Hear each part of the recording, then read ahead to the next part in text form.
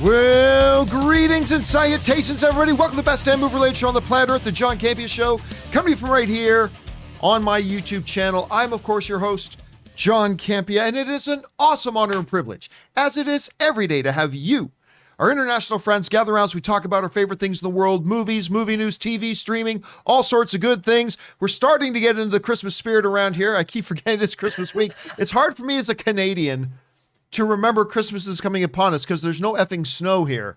So I kind of need the season. So it's like, oh yes, Christmas is sneaking up on us. Anyway, joining us over here is Kimberly Ann Curran. Kimberly, how you doing? Hey guys, I'm doing great. Great. I just noticed your Transformer shirt. Oh my gosh, I really like that shirt. I like that a lot. And sitting beside her is, of course, Ray Ora. I could do this all day.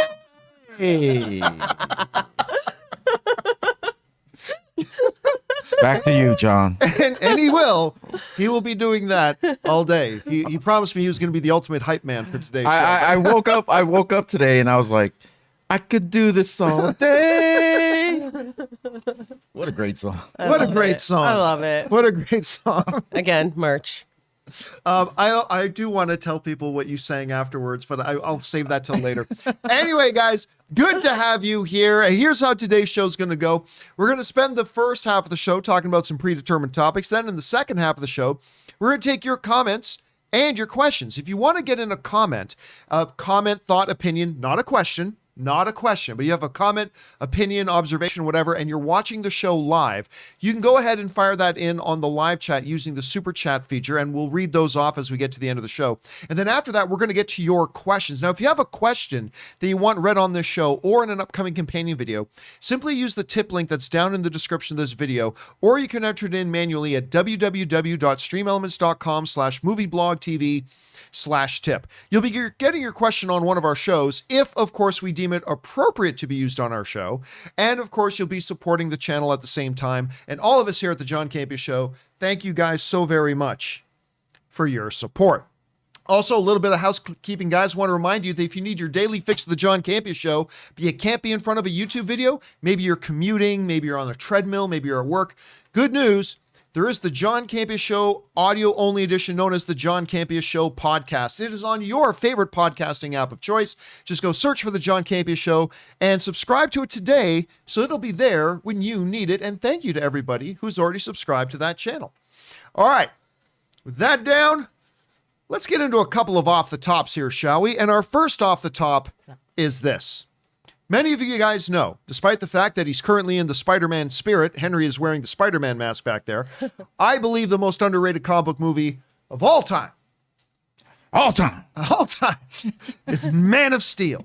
That, to me, is the most underrated comic book film of all time. I adore it. I love it. I like it more every time I see it. You guys already know this. Now, while I actually liked Batman versus Superman, I mean, I understand that there were some letdowns for some people, and I get it, but I like Batman versus Superman. But, you know, we never did get that proper Henry Cavill, who is my favorite Superman of all time, that proper Henry Cavill Man of Steel 2. You know, a true sequel, a standalone Superman sequel with Henry Cavill. Now, look, there's been a lot of back and forth about whether or not we're ever going to see that, right? Henry keeps saying the cape's still in the closet. I still got the cape. He was interviewed recently talking about his passion for the character. He still wants to do this character. However, Warner Brothers hasn't given us any indication that they could be moving in that direction because, well, frankly, they got like 3 other Superman movie comings. None of them involved Henry Cavill. Who knows? Maybe Henry Cavill's Superman shows up in Flashpoint. I'm not saying I've heard anything. I'm just saying, wouldn't that be cool? But one other guy who would love to see another Henry Cavill Superman movie is Matthew Vaughn.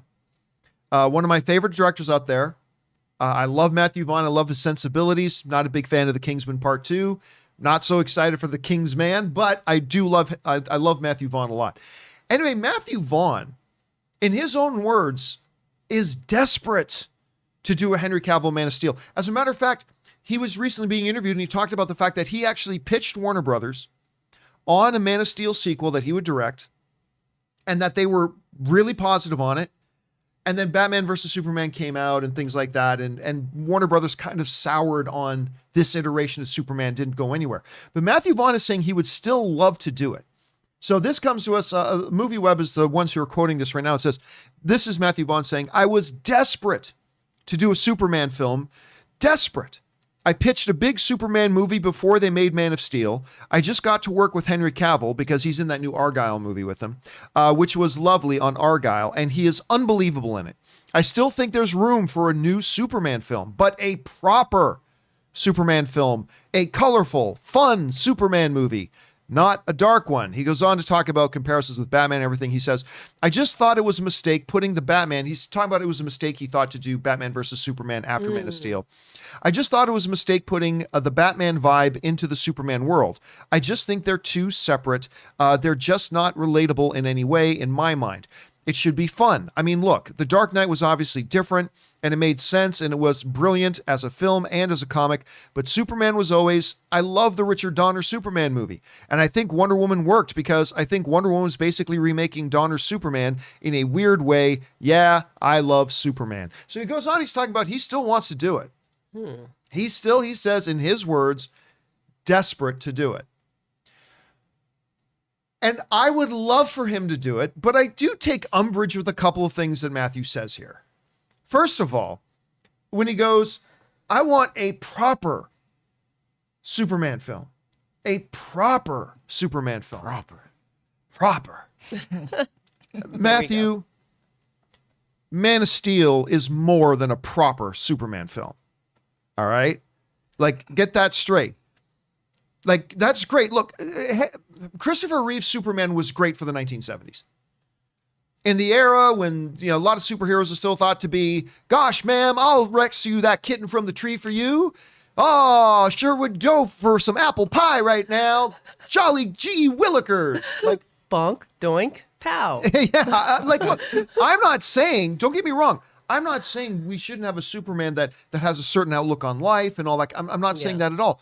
But see, part of the to me, the majesty of what Zack Snyder brought to Man of Steel, Zack Snyder and David Goyer, was the notion of, if this was happening, if you did have this kid who always felt like an outsider and never understood why, and then he finds out he is more of an outsider and more different and more segregated than he ever possibly imagined. He's actually an alien. And he finds out his parents aren't actually his parents. And he's struggling to find what is his place in this world. I contend that Man of Steel, with the way Henry Cavill portrayed it and the way it was directed, was actually pretty damn near perfect.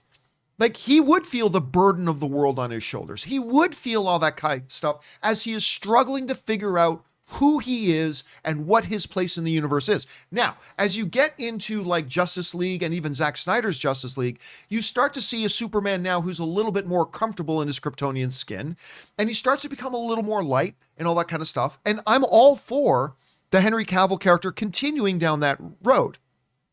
What I do not want, and Ray, you kind of brought this up to me before the show, and I loved the analogy. What I don't want is Man of Steel 2 to be Shazam. And I love Shazam for what it is. I mean, I love the Shazam movie, but I don't want that. I don't want just goofy Superman, blah, blah, blah. That's great for Shazam, who's supposed to be a child in an adult's body.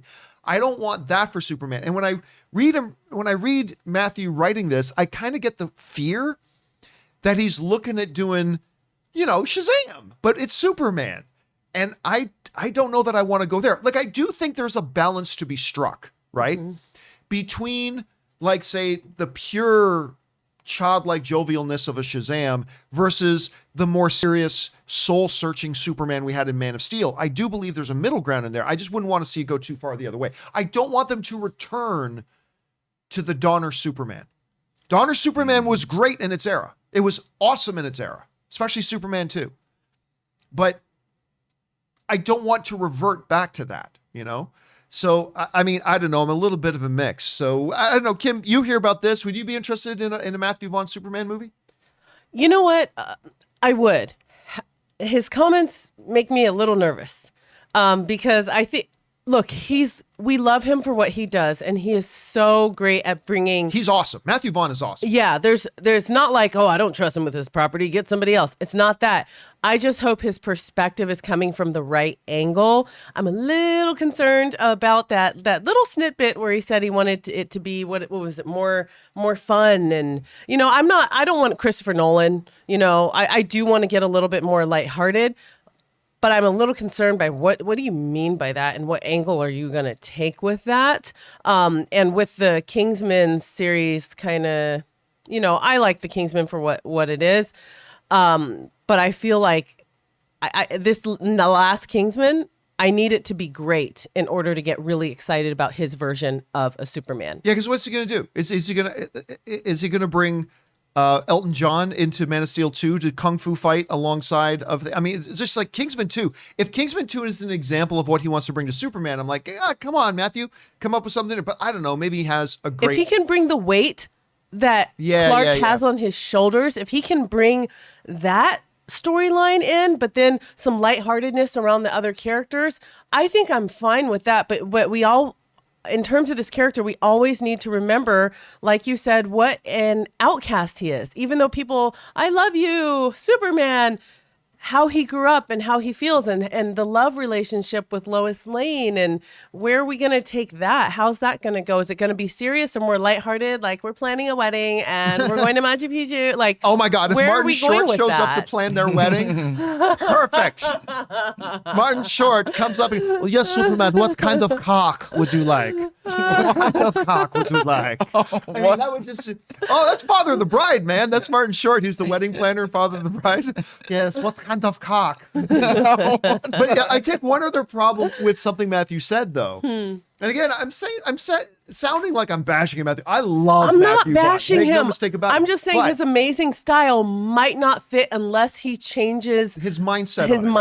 A bit. Here's the other thing he said that just doesn't sit right with me, because he's saying, like, I just thought it was a mistake to bring Batman into Superman world. I just think they're too separate. They're just not relatable in any way. Batman and Superman are synonymous with each other. I mean, some of the most popular comic things ever done in DC was with Batman and Superman, whether it's World's Finest or whether it's The Dark Knight Returns or what they have become, while they are definitely polar opposite characters, for sure. That is part of what has made their appeal so great in having them together in the comics, especially this. I mean, and that's the whole fundamental dynamic of Injustice, Gods Among Us, is the idea of Batman and Superman. And what happens if one of them goes the wrong way? I mean, so I kind of love that. At any rate, look, if the head of Warner Brothers were to call me tomorrow and say, John, we are getting ready to greenlight Matthew Vaughn doing a Man of Steel 2 tomorrow, would I greenlight it? Yes. Yes, I would. I'm just saying I'm a little bit nervous because Matthew Vaughn is a fantastic director. I'm just saying I'm a little bit nervous by some of the little clips. And these are only individual quotes. And I'll tell you what I want to say, if he does it, what I want to say after I walk out of that theater of this hypothetical film is I want to go, that was very different from Matthew Vaughn. I liked it. I don't want to go, that was typical Kingsman. I want to say it was him, but it was another side of him. Well, I like that. I think he has shown in a lot of his different movies. I think there are things he's done in a lot of his movies that would translate very well into a Superman movie. I just want him to pick which of those movies he's trying from more. Like, not so much Kingsman 2. But anyway, guys, the question is for you. What do you think about the idea of Matthew Vaughn saying he is desperate to still do another Superman movie? I would personally greenlight it, even though some of the things he said makes me a little bit nervous. But anyway, guys, what do you guys feel about this? Jump down into the comment section below and let us know your thoughts. Okay, guys. With that down, let's do one more off the top here. And that one more off the top is this. The other day, about a week or so ago, we talked about how the Doctor Strange 2 trailer leaked online. And of course, it was added on to the end of Spider-Man No Way Home. And we talked about it a little bit, but we didn't talk about it in detail because a lot of people hadn't seen it yet. And that's fine, even though it was just a trailer. But one of the things I said in trying to not give away any details about the Doctor Strange 2 trailer was, there are a lot of things, 95% of the time when I think something's never going to happen, it doesn't happen. Sometimes I have my mind changed before it happens because you guys make great arguments or I see more evidence or whatever. But then there are some times where I absolutely do not think there's any way something's going to happen. but it does anyway, and I'm shocked. And I said, there is something that happens in the Doctor Strange 2 trailer that I never thought they would do. Like, I didn't think in a million years they would do. And they did it. And now that the Doctor Strange 2 trailer is now out and public, we can talk about Let's get into this. And I won't bury the lead. I am shocked, I tell you, that they brought in the what if dark Doctor Strange. Now, let me say, I know there is a possibility that's not the what if Doctor Strange. I understand there's a possibility that this is a different thing. I get it. But what they seem to be implying here is that this is the what if Doctor Strange. And bringing a what if animated character into it is not something I thought they would. Straight up, I'll just call it. I thought there's no way. No way, said I. And then I'm watching this trailer. It's like, well, there goes that, because there he is. And I thought that was actually quite exciting the way they did it. Listen, I think this trailer overall was dynamite. I thought it was a dynamite trailer. It does the little things like, hey, get excited. Here's Doc Strange. Get excited. Let me see if I can find her in this. Maybe I can, maybe I can't. Yeah, here's Wanda. Yeah. Right? Yes. So everybody's excited when Wanda comes up. I love the fact that they even reference the event. They reference the events of Westfield, but the audience clearly didn't need to know what's happened in Westfield, right? So that's classic Kevin Feige right there. Everything, seeing a lot of weird stuff. I love seeing Wong. Wong is just the best. He is becoming, honestly, one of my favorite characters in the MCU. Every time he talks, it's entertaining. Whether he's in Shang-Chi or whether it's in Doctor Strange or whether it's an Avengers movie or whatever. The dude is just awesome. He's becoming more and more pivotal, it seems like, to the universe. So it didn't really give us, as a lot of first trailers don't anymore, it didn't really give us what's the story about. It just gave us a feel. The first trailer just gave us a feel. Here's some of the things you can look forward to. I expect the second trailer will give us a more definitive, okay, here's what this is about. But probably the most exciting thing to me was the return of Chiwetel Ejiofor. Seeing Cal Mordo back. It's just, that's what should be done. I'm trying to see if I can find a still of him in here. I'm going to have a very hard time finding it. I probably won't be able to find it. But anyway, we knew he was coming back, but it excites me to see him back. And that is great. So I thought the trailer looked really wonderful. Ray, you had a chance to check out the trailer. Did you not? Yeah. What did you think about the trailer? How did you like it? I just was in awe for all the Wanda scenes, especially when she's in her uniform. I think she's going to cause a lot of havoc in this film. Not only just Doctor Strange, but I think she's going to have a big deal in this movie. That's all I get from it. Just because she still hasn't unleashed her fury on the Marvel Cinematic Universe. No, we still haven't really seen her unleash her full power. I can't wait to see her. Hopefully, she has a bigger role than just what we see, like just being like come to me for like some guidance or something like that. I don't know what her smaller role would be, but I hope she gets busy in this movie. Kim, what about you? Oh, this looks exciting. This looks really, really exciting. Wanda looks great. I like what's going on. It looks like either in another universe or he's at Christine's wedding, or is he marrying Christine finally? I don't know. I love Mordo. Let his hair grow out a little bit. He is ready. He's ready to get it. I think this is going to be, I think the trailer was tame compared to what we're gonna get. Yeah, I get that remember sense. They said this will kind of be the first MCU movie to be along the lines of a horror film. Oh yeah. Well, they kind of said the same thing about the first Doctor Strange movie.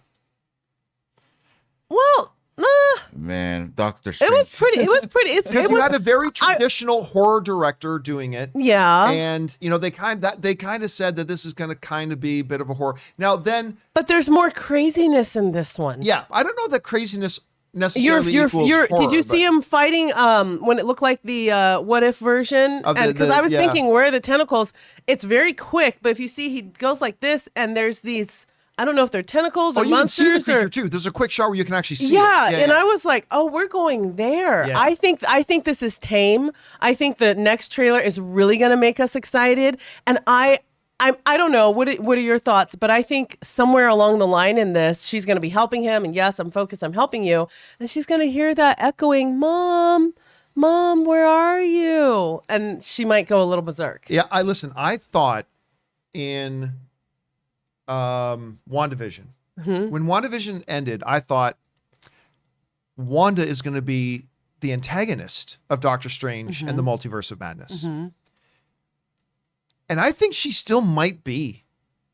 Look, obviously they're implying something different now. They're implying she's going to work alongside of him and all that kind of stuff.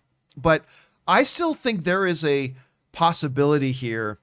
She ends up being a problem that Strange needs to deal with. I agree. I Completely think agree. And I'm going to be damn excited if they do that, because I want to see Wanda throw down. I want to see her go crazy. Because she could kill everyone in the MCU. Because she's been studying. She's been reading the books, finding out, who am I? What is this Scarlet Witch thing that I have? What is this power that I have, so she can harness it? But what I want to say is that as a trailer, I love that they didn't give everything away. Thank goodness. Yeah. I didn't feel like that. I still need them to tell us what the story is. Like a trailer needs to do that. And so I think this, for a first trailer, this is perfectly good.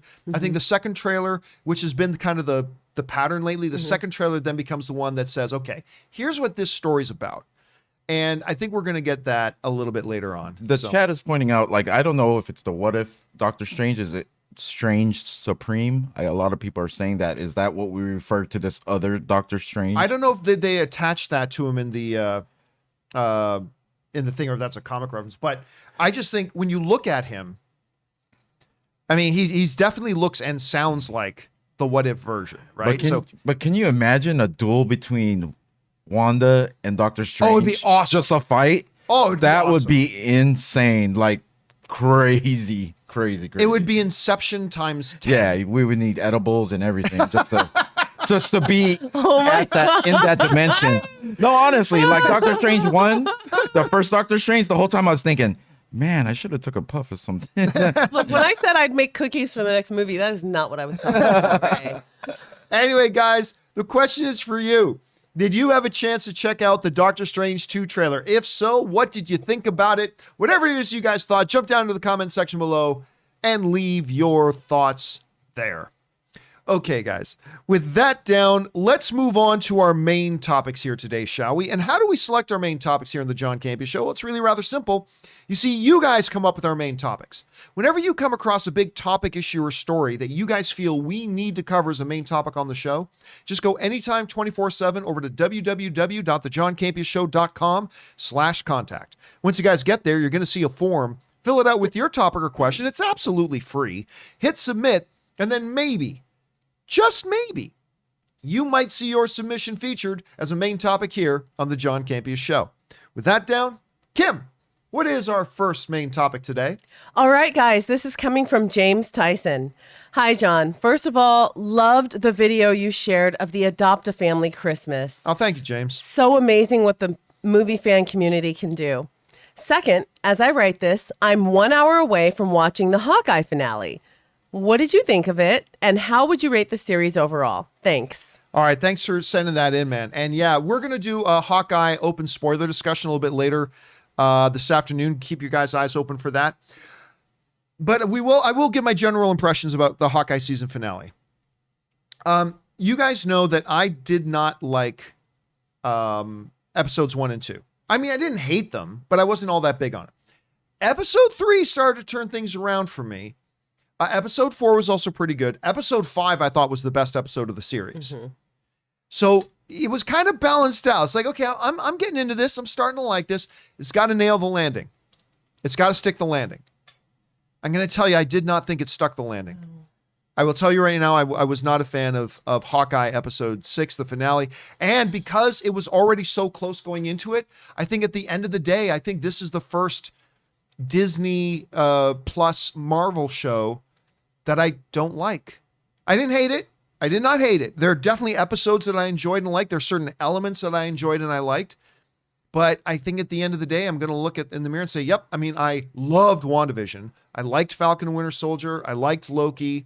But I did not like overall this. It didn't stick the landing for me. They did a number of very, very questionable things going into it. Now, of course, last week they introduced us to Kingpin, so we knew Kingpin was going to be in it this week. Without going into detail, I mean, I'm sorry. There's no discussion anymore. We've been discussing about whether, Vincent D'Onofrio is the exact, is this the same Kingpin that we saw in the Netflix shows? I don't think there's any question about it. This isn't the same Kingpin. This is a Walmart Kingpin. This is an absolute Walmart. 1988. 1999 discount bin. Right? Yeah, 1988 Everything's Walmart 88. discount Kingpin, which rack. I was to see. We knew Yelena and Hawkeye were going to have a confrontation. We were all just waiting for that to happen. I was underwhelmed by it. We won't go into the details of but the conversation was like, really? That's what the conversation is? The resolutions of the watch, I thought, was very, I'll call it a waste. The way they kind of hyped up the watch through the entire show, and it just ended up being something of a quick reveal. We won't say what. The resolution of Kate's mom, it's like, well, that was kind of just baldly predictable that we knew, like there was not, then it just got a little corny. And yeah, I didn't hate the finale. I did not hate it. There are certainly moments in it that, we were laughing and chuckling at, and in a good way. But at the end of the day, I think Hawkeye was a show that, number one, I struggle with a bit of an identity crisis. Mm-hmm. It never seemed to quite know what it was. Like, you watch Falcon and the Winter Soldier, and I don't love Falcon and the Winter Soldier, but I enjoyed it and I liked it. But one of the things you can absolutely say about it was, from episode 1 through the ending of the episode, this show had a sense of its identity. WandaVision always had a perfect sense of its identity. And I just kind of feel like by the end of it, I felt like Hawkeye never really quite knew what it was.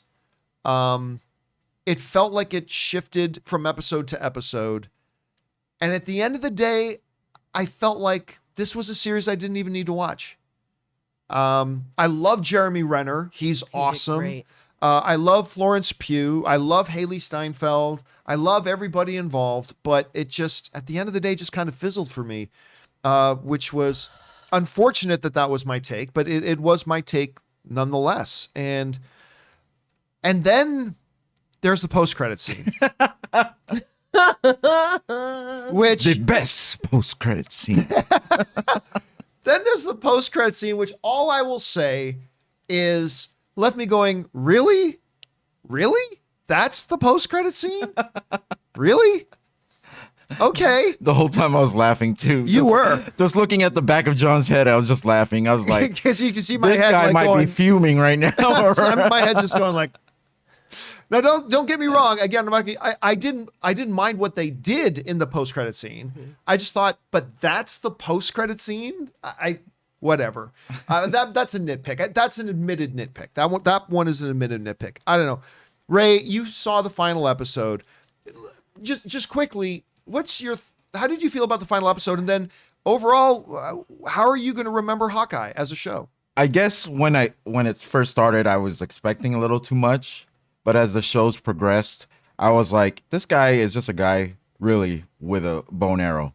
He has no superpowers or whatever. I shouldn't expect more or something crazy to happen. And that's literally what we got. That's it. Just bow and arrow play and nothing too like out there. You know what I mean? Yeah. I don't know. I don't know how to feel about it, to be honest, but it's not an instant classic, bro. It's not a classic, bro.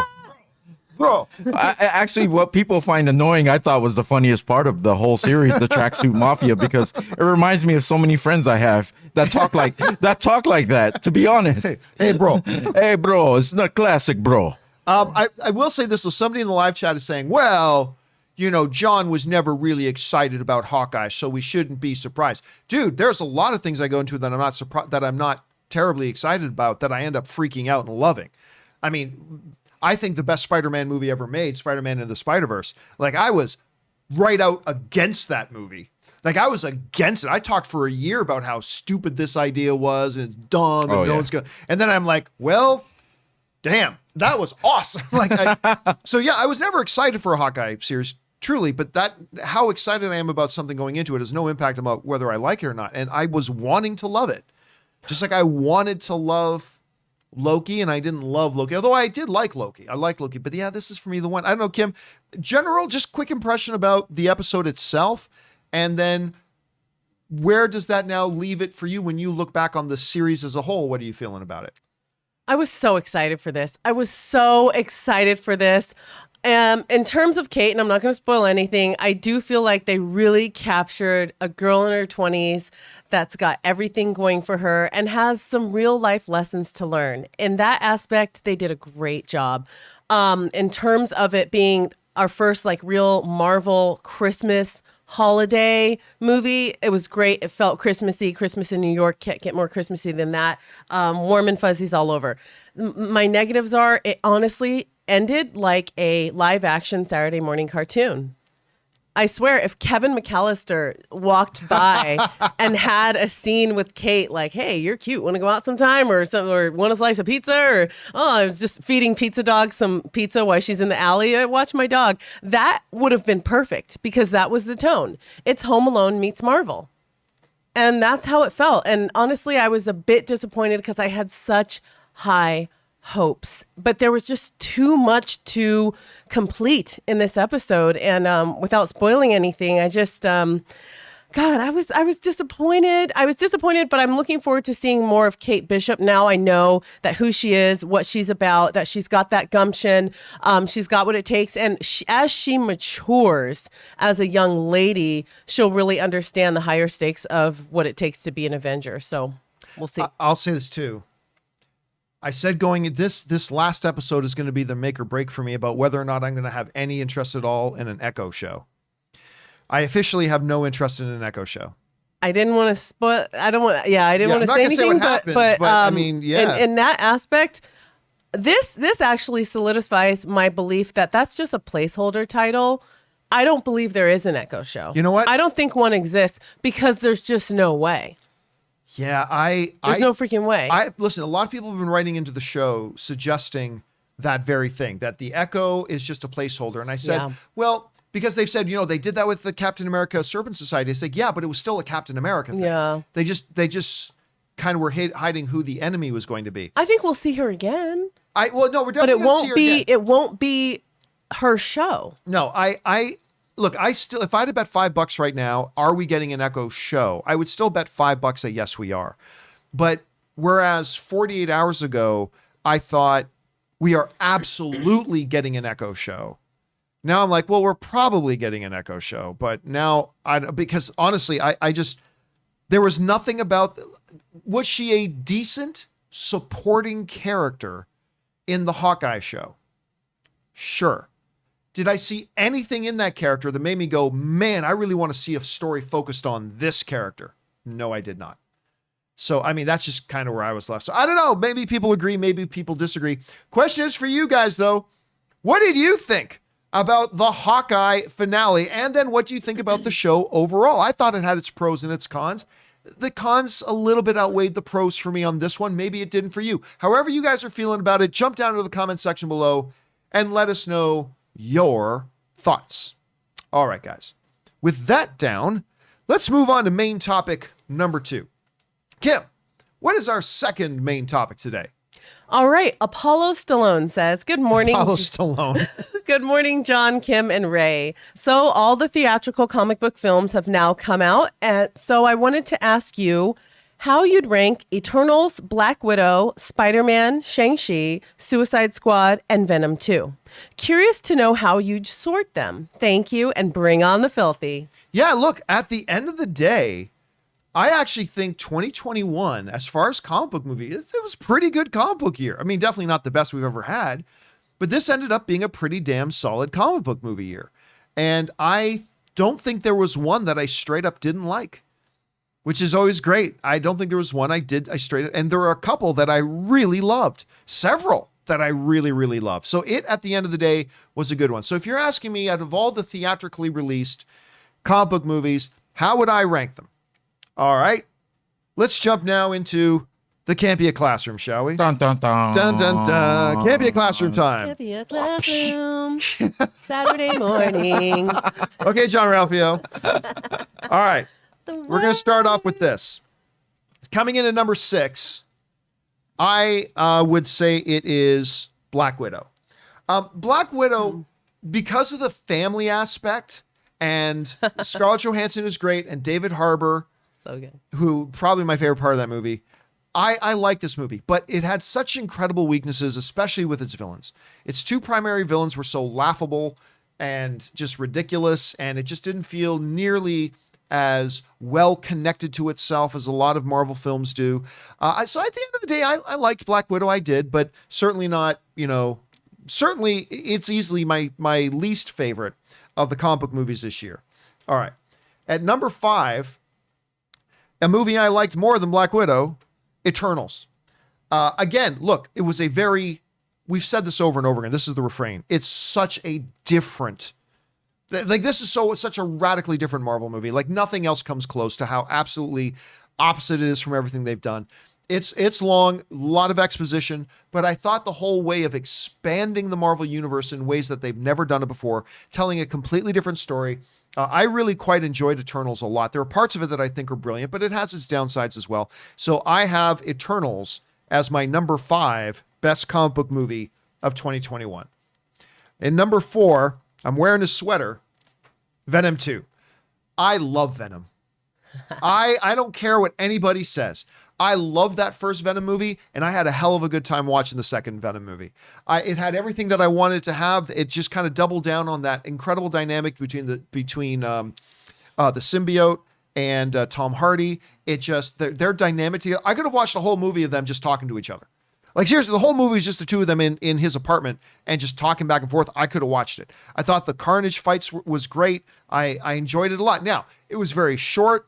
I would have liked, even though I like the lighthearted tone of it, I could have gone with a little bit more serious. Look, a lot of people die in this movie, but I could have done with a little bit more seriousness to it. Still, overall, I really, really enjoyed Venom 2. So that gets my number 4 movie. All right. My number 3 is James Gunn's Suicide Squad. I love this movie. I love this movie. It's also probably the biggest financial bomb out of any movie on this list, but I don't care. This movie was bonkers good. I loved everything about it. I love the sensibility that James Gunn can only bring to a James Gunn kind of movie.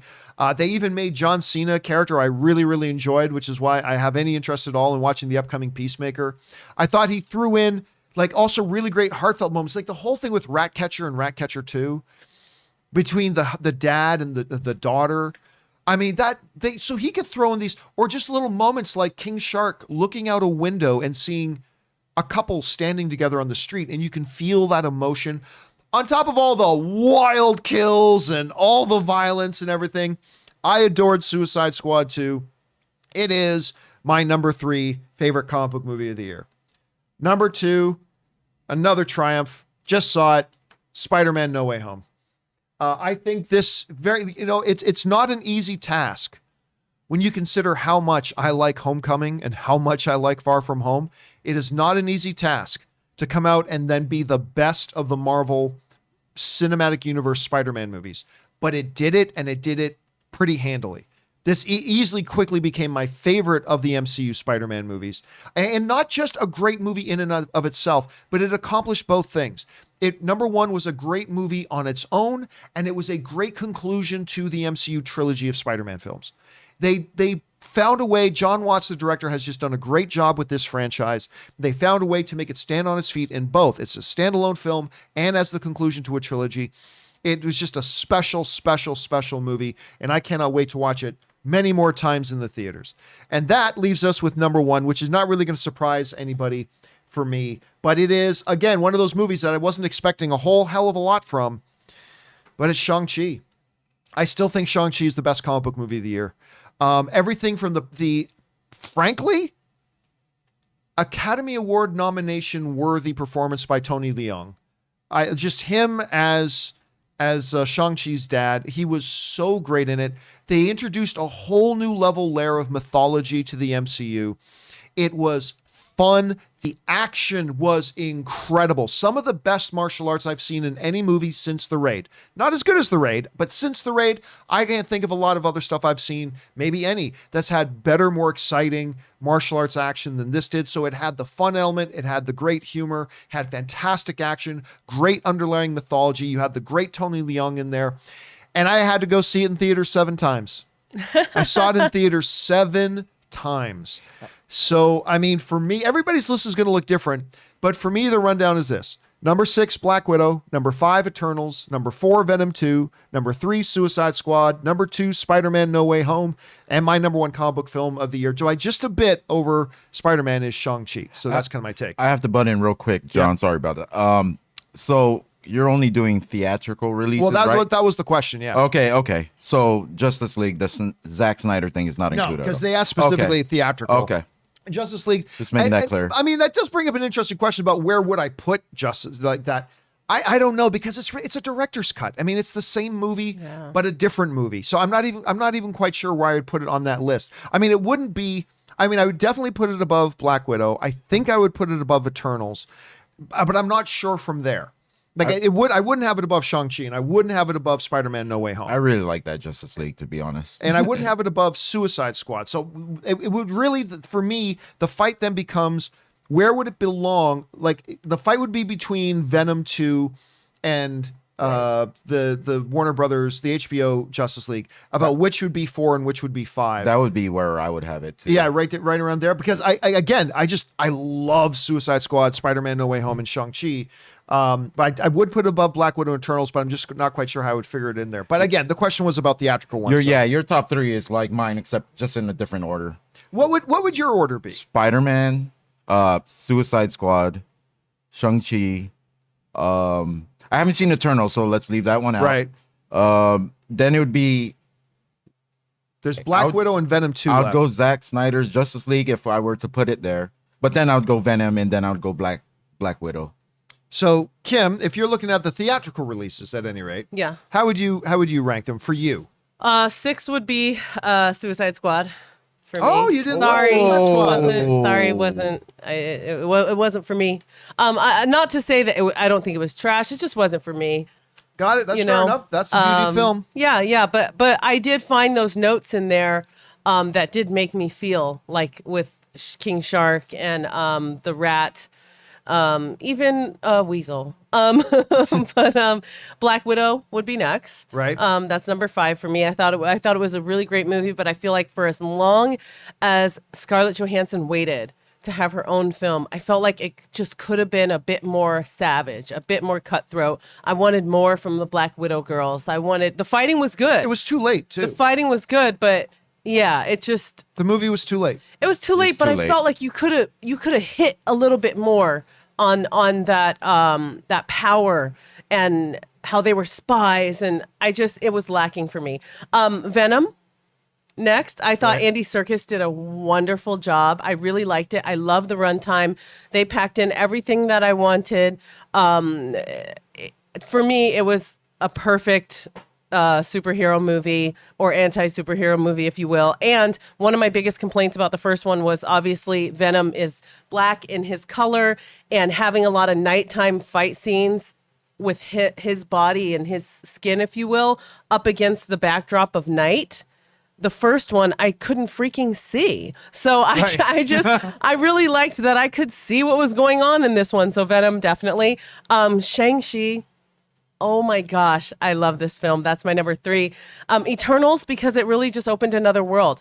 It opened another world. I thought Chloe Zhao did it in such a beautiful way. I thought with all these characters, and there were a lot of characters in this movie, very quickly, you were able to understand whose personality and who does what. And even when certain characters made choices that were like, you're not a part of the group or whatever, you understood why without being like, oh, I'm so new, I don't even know. I thought they did a great job with having that many characters and being able to flesh them all out in that way. And I just thought that visually, again, fine wine here in Marvel, it was a beautiful film. The beauty that the film came through was just gorgeous to me. And number 1 is Spider-Man. I mean, I could go on and on. You guys know I could go on and on, but Spider-Man, all the feels, fantastic film. It did have its problems, but to live up to that hype, because the hype that we created, I mean, the marketing, they create their own, but we freaking created a lot of hype that made it almost like impossible to live up to, and they exceeded it, and we saw it in the numbers, obviously. So, but at the end of the day, comic book fan or not, it was a great film. So That's my list. And again, at the end of the day, it just kind of like when you go over that list, you just realize, this was a pretty solid, good year for comic book movies. Yeah. I mean, even if there were a couple you didn't like, I mean, out of those 6 alone, there are several that you probably loved. And so I thought it was a pretty good one. Anyway, let me hit Kim with a question. Where would you put Justice League if you had to put it in that list? Because some people are asking in the chat. Oh, yeah, sure, Just guys. curious, Justice League, I would have put Justice League as my number 4. Instead of Venom, I would have Justice League because I thought Justice League, even though it was a director's cut, everybody was just more cutthroat in the way that they should be. Wonder Woman was the Wonder Woman we should have seen. When she got in the air and swiped that guy's head off, no remorse, let's get back to business. Because Gal Gadot, she's so sweet, and her Wonder Woman is a philanthropist, if you will. This one was like, I'm a warrior, don't you forget it. And I just love the story, except for Martian Manhunter. I love the story so much more, so that's where I would put Number it. 4. all right, guys, question is for you. What did you think of this year, 2021, for comic book films, and how would you have ranked the 6 theatrically released ones? Whatever you guys are feeling, jump on down to the comment section below and let us know your rankings there. Okay, guys, with that down, let's move on to main topic number 3. Kim, what is our third main topic today? All right, guys, this is coming from Charlie Bryce. He says, hey, John and crew, I saw the show a few weeks ago where you said that Disney was just quietly releasing Death on the Nile. Well, they released another trailer today. Do you think this is them starting marketing for the movie? What's your thoughts, and are you going to see it? Thanks. All right, thanks a lot for saying that in. And yeah, Death on the Nile, I mean, one of these days they'll have to make a movie about the drama surrounding Death on the Nile. Yeah. Because not only did it run into issues with pandemic, and like a lot of films in this era did, but then it also had to deal with the Armie Hammer situation and all that kind of stuff. And for a while, it started to even seem like they weren't even ever going to release this movie. I mean, they had to do something with it, but we just didn't know what it was going to do. Then it kind of started to feel like, well, I guess they are going to drop it in February, and they'll probably just let it quietly come out and then move it on to Disney Plus at some time. But they have released a new trailer for it. Now, not surprisingly, they did it very smart. Because if you did a trailer for this and you had no Armie Hammer in it, everybody would be talking about the fact that they cut Armie Hammer out of the trailers and completely. But you don't want to focus much on Armie Hammer either, even if he is the main male character in the movie. So they did the perfect thing. They basically kept him out of most of it, but you just had a couple of glimpses of him. So that's what they kind of did there. So they're marketing, and looks, I gotta say what I think. This is a good trailer. It's a good trailer. I've never said his name right, and I never will, but Hercule Poirot, or however it says. Poirot. I mean, this is a fascinating character that I love. And again, I love the great Kenneth Branagh. So, I mean, there's a lot going for this movie. Am I going to see it? Absolutely, I'm going to see it. I'm absolutely going to see it. And I'm excited to see it. Now, I was a little bit disappointed by Murder on the Orient Express. I did not love Murder on the Orient Express. Like, I still liked it. I did, but I thought it was a cop-out of an ending. I really hoped they would do something different with that. It wasn't quite as tight as I was hoping it would be. I mean, it was good, but it just didn't live up to that Kenneth Branagh kind of class I thought it was going to bring to it. But I'm hoping that they learned some lessons for that, and I'm hoping Death on the Nile is a step up. So I'm surprised they dropped a new trailer. I was really honestly expecting it to maybe just very quietly come into theaters. I mean, they're not giving a big ramp up for it because it comes out in like a month or a month and a half or something like that. So it's not too bad. So we'll see if they do more of a marketing campaign and how they're going to manage it. But overall, I thought the trailer was quite good, even though I'm surprised. Ray, I know this movie's right up your alley. Oh, like, yeah. I saw you going all day. All day. What do you think about the Ticket trailer? watch. Death on the Nile. Ticket watch. I'm gonna make this short and sweet. No, I'm not gonna do this movie. I'm just not into the murder mysteries. I never get it right. I never get it right. I'm always thinking the first person that everyone thinks murdered the person I'll stick with that the whole time. But that's the fun and of be so it. wrong. Like I never get the clues. It always goes over my head. I'm the last person you need to ask who murdered somebody. But you know what the funny thing is? I'll watch a documentary about the whole thing. That's what I was gonna say. Like for somebody who doesn't want to watch murder mysteries, he watches like all the Thinking true it'll crime make me stuff. smarter for these movies, but I'll never get it. I won't win in Clue. I won't do any of that. Don't invite me to any of the murder parties or He's whatever. Like he was the Uber Eats driver. Yeah, That's I'm not just a the guy like, character. oh, the first person that I think it's it, that's it. That's it. There's Colonel no other Mustard. questioning. Let's Not just can do of it. Mustard. Yeah, I'll be the worst cop. Yeah, don't ever put me in that sort of line of work ever. Kim, Okay, what do go you ahead, think Kim. about- You're freaking hilarious. What did you think about the trailer? I'm excited for it. I love Agatha Christie. I love mysteries. I love those group mysteries. I want to call them escape room movies Right. because it's like everyone's together and we must solve this and nobody can leave because we're on a boat or we're on a plane and you're stuck. I absolutely adore Kenneth Branagh as Detective Poirot. That mustache, just his way. His accent. You love him, but he's a cutthroat detective. That accent's so lovable. And one thing I'm excited about is Gal Gadot's character seems to have a little bit more complication to her, where I feel like even with one Wonder Woman, I feel like a lot of her characters have been one note. And I feel like we are going to get a better performance out of her because it seems to me, I have no idea, but it seems by the trailers that her character is a bit more complicated, and that begs for an actress to step up their game and give us more. And I want to see more from her because I know she can do it, especially if we're talking about down the line doing a Cleopatra, hopefully if that still happens. I need to see more from her. And I feel like I might get it with this. So I'm very excited. Well, listen, this is her chance. Yeah. Yep. Because number one, she's kind of being given the de facto lead in the film. Mm-hmm. Number two, it is a classic source material piece. And number three, she's in the hands of a director. Like, look, we saw what happens when she was in the hands of a director of the caliber of Patty Jenkins. She was able to take, quite frankly, what I believe was Gal Gadot and elevate her above what she can normally actually do. Mm-hmm. It's going to be interesting to see if she can do that as well with Branagh. And we're going to get a good sense to see how far she's come. And so I think this is really, and I'm going to be honest with you, I'm not expecting great things. I'm not expecting a Meryl Streep performance here. But at this point in her career, I am expecting more. Yeah.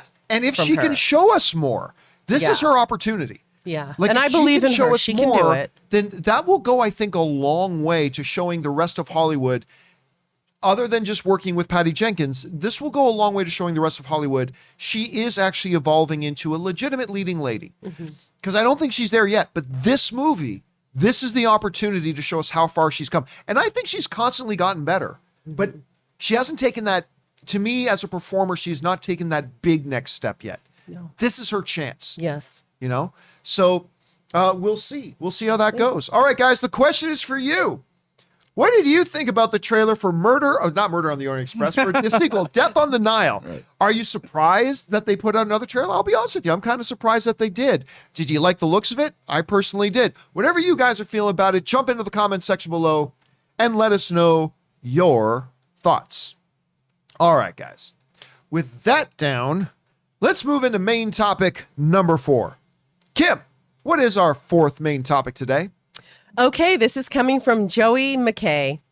While not the first place I would expect to get entertainment news, CNBC posted an article this week with predictions from media execs for 2022. While the article was interesting, I wanted to focus on the prediction that Big Papa Iger would once again take the reins over at Disney as CEO. With his retirement imminent, what do you think the likelihood is that it actually happens, and would you want it to happen? All right, thanks a lot for saying that in. And of course, yeah, one of the big stories in the world of entertainment and film has been, and we don't often talk, the world of entertainment and film, average film fans do not often talk about studio executives. Bob Iger is an exception. Big Papa Pump, Big Bob Iger, he's been Big Papa Pump. Big Papa Pump. I can't believe you just referenced it. Pulled out a with Scott Steiner reference. Big Papa Iger. I mean, he has been I mean, he has been a force of nature, probably taking Disney through the most incredible era of success and growth and glory and victory the company has ever known. Everything from acquisitions of Pixar and growing out everything else. I mean, the guy has just been, he's the master. He's Big Papa Iger. I mean, that's what it is. Now, he stepped down, leaving massive shoes to fill as in the CEO role. Obviously, Bob Chapek became that. And I'm not going to turn this into a Let's Gang on Bob Chapek video. Oh. Sorry. We're not going to do that. But it is fair to say that Disney, as a company, has had more struggles, controversies, and lost face on a number of issues and things, probably more in the less than 2 years that Chapek has taken over CEO than there was the entire run of Bob Iger. Not that Bob Iger didn't have his missteps as well, but I feel like in a very short period of time, there's been more. And as a result, we've seen falling stocks. This comes to us from the folks over at CNBC. It hasn't even been 2 years since Bob Chapek took over as Disney CEO, but one executive told CNBC that there are already internal wagers at Disney about Iger returning. Disney shares have stumbled this year, down nearly 20% year to date. Iger owns a lot of those shares. The board and Iger may get restless if Disney Plus growth stagnates, as it has started to stagnate a little bit, and the company continues to have turf tensions between executives. Not just executives, but also their creatives. There's been obviously the lawsuit with Scarlett Johansson is just a big part of that as well. So that's where this story comes from. So CNBC say they have a studio executive that have talked to them that says there's already talks going on. A lot of people at Disney are believing right now that Big Papa Iger will come back at some point in 2022 to resume the role of CEO. It should be pointed out that already twice Bob Iger has scheduled his departure as CEO and then re-upped and stayed. He's done it twice. So there's no reason to believe he won't do it a third time. Now, it should be pointed out there was another interview with Bob Iger that came out yesterday where he's talking about why he's stepping down. He said some very self-aware things. He said, this is the dude's awesome. But he's like, you know what? I recognized that I was getting to the point where I was becoming very dismissive of other people's ideas. And that to me is a sign that maybe it's time for me to move on. It's like, Well, first of all, you're amongst a very rare company that you would recognize that in yourself if that was the case, which means to me, you're the perfect guy to still be CEO. But at any rate, so he did talk about how why now's a good time for me to leave and blah, blah, blah. But he said that before. Look, do I believe that Bob Iger is going to come back as CEO of Disney? I don't. Do I think it's possible? I do. And the reason I think it's possible is, let's go back to what was written there in CNBC, is that whole thing. He is a major shareholder. And this is not about the pandemic, because we're talking about this year. Stocks have gone down nearly 20% this year. Yikes. Between the embarrassments of the internal struggles, the reorganization of the company, the whole public squabble that never needed to happen with Scarlett Johansson. People in the Disney Parks fans hate Bob Iger. Bob Chapek. Like the Disney Parks fans, I never understood it, but I've been seeing more and more of it now. I mean, they hate Bob Chapek. Mm-hmm. All that kind of stuff with stocks dropping. Do I believe Bob Iger would also love the shine that would come with, here comes White Knight Iger again. I will come to save the day, my children. I'm not going to lie. I think there's probably a bit of that Iger would really enjoy. Why did hero just jump into my head? Yeah. Yep. Hero to say, oh God, John. Yep. He'll come in there and save the day. So look, at the end of the day, do I think this is actually going to happen? No. I think, look, Iger is 70, which he is a very young 70. What? He's 70. He's a very young 70.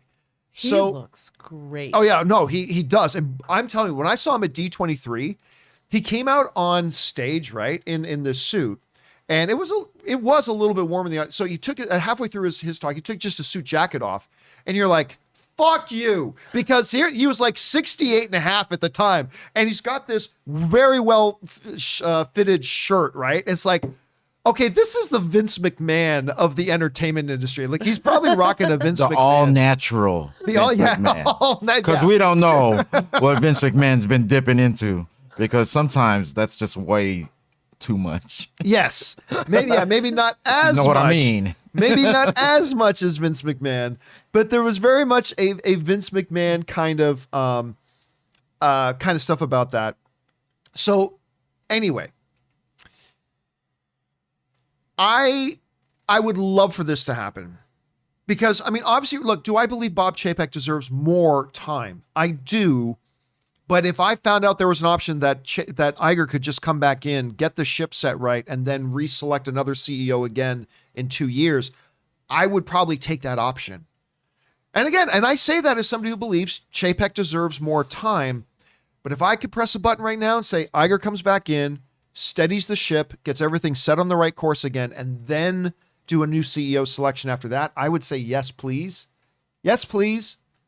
I would like that very much, but I don't think they're going to do it. I don't think it will. I think it's possible, but I don't think they will. Kim, you think we're going to see Bob Iger return in 2022 as the CEO of Disney? I don't, but what I would like is for him to kind of come in and take a big brother counseling role and say, hey, brother, let me show you how a real man does it. That's what I would like to see. I don't hate Chapek, but the mistakes he's making for the company that you are representing is unacceptable. And it would be nice if Iger could maybe stick around a little bit, like don't leave, like stick around, maybe consult in some way, but help get this ship back on track. But no, I don't think we're going to see him come back. I think it's tempting to him. I don't know anything about the man personally, but I would imagine that there's moments that he looks at what's going on and he looks at the legacy that he worked so hard to build. And it might be very tempting to go make a U-turn. Let's go walk into HR and get my office set back up. Wait, didn't they announce recently about the lady supposed to be taking over? No. So those are two different roles. Oh, okay. Sorry. So for a very long time now, Bob Iger has been both the CEO of the company and chairman of the board. He's held both roles, which means that Bob Iger's power at Disney has been unquestioned. He has unfettered power at Disney. I mean, he did when he was both CEO and chairman. So he gave up the CEO role to Bob Chapek, and he kept the chairman role. Okay. And then just recently, he stepped down from the chairman role. Well, he's still the chairman for now until the end of the year, so just a few more days. Then they selected the next chairman of the board, which is going to be Amanda. So there's that. So we're talking about maybe him coming back in as CEO again. So I don't know. I mean, look, I almost feel like Hawkeye in Infinity War, when Scarlett Johansson, Black Widow, goes to him in the rain after he kills a few more Yakuza, and he says, "Don't do it. Don't give me hope." That's what I feel like when you bring up this Bob Iger stuff. I feel like don't do it, CNBC. Don't give me hope. Don't give me hope. Please don't give me hope. I don't know, but we'll whatever. Guys, the question is for you. What do you think about it? Do you think there could be a chance that Big Papa Iger could return in 2022? I don't think he will, unfortunately, but I sure hope he does. And I think there's a good reason to, if you do believe he will, I think there's some logical reasons there and arguments to make about why maybe you'd think that. Whatever you guys are thinking, though, jump down into the comment section below and let us know your thoughts. All right, guys. With that down, let's move on and start taking your live comments, shall we? Once again, if you want to get a live comment, not a question, but if you want to get a comment on the show and you're watching live, and only if you're watching live, use the YouTube chat feature with the super chat to send it in. I'll leave the super chat open for another 2 or 3 minutes. So if you want to get a question or a comment in, I should say, if you want to get a comment in, you got about 2 more minutes to fire one in, and then we'll get through all those, and then we'll go on to the questions in just a little bit. So, Kim, where are we at with the super chat comments? All right. First, I want to say thank you to Ramon for sending in a super chat. Thank you, Ramon. This comes from Al Renshaw. Chapek. I got this, Iger. Iger. I think not. Now, Get out of my office. Get the hell out of my chair. Oh, I almost feel like there's a true life episode of Succession going on over at Disney. Right? I just, come on. All right. Totally. Such a Roman. What's anyway, Abraham Ruiz says, y'all should check out the video Bully Maguire in Avengers Infinity War. Some of the greatest 15 minutes on YouTube. LOL. I saw it. It was cute. I cute. didn't think it was great. Did you like it? When you have nephews, you see stuff like that all the time, and they definitely were like, Auntie Kim, check this out. I thought it was funny. I will just say this: don't let anybody tell you it. Just watch it at some point and see, and see what you think about it. All right, what's next? Al Renshaw says Iger walks into Chapek's office. Look at me. I am the captain now.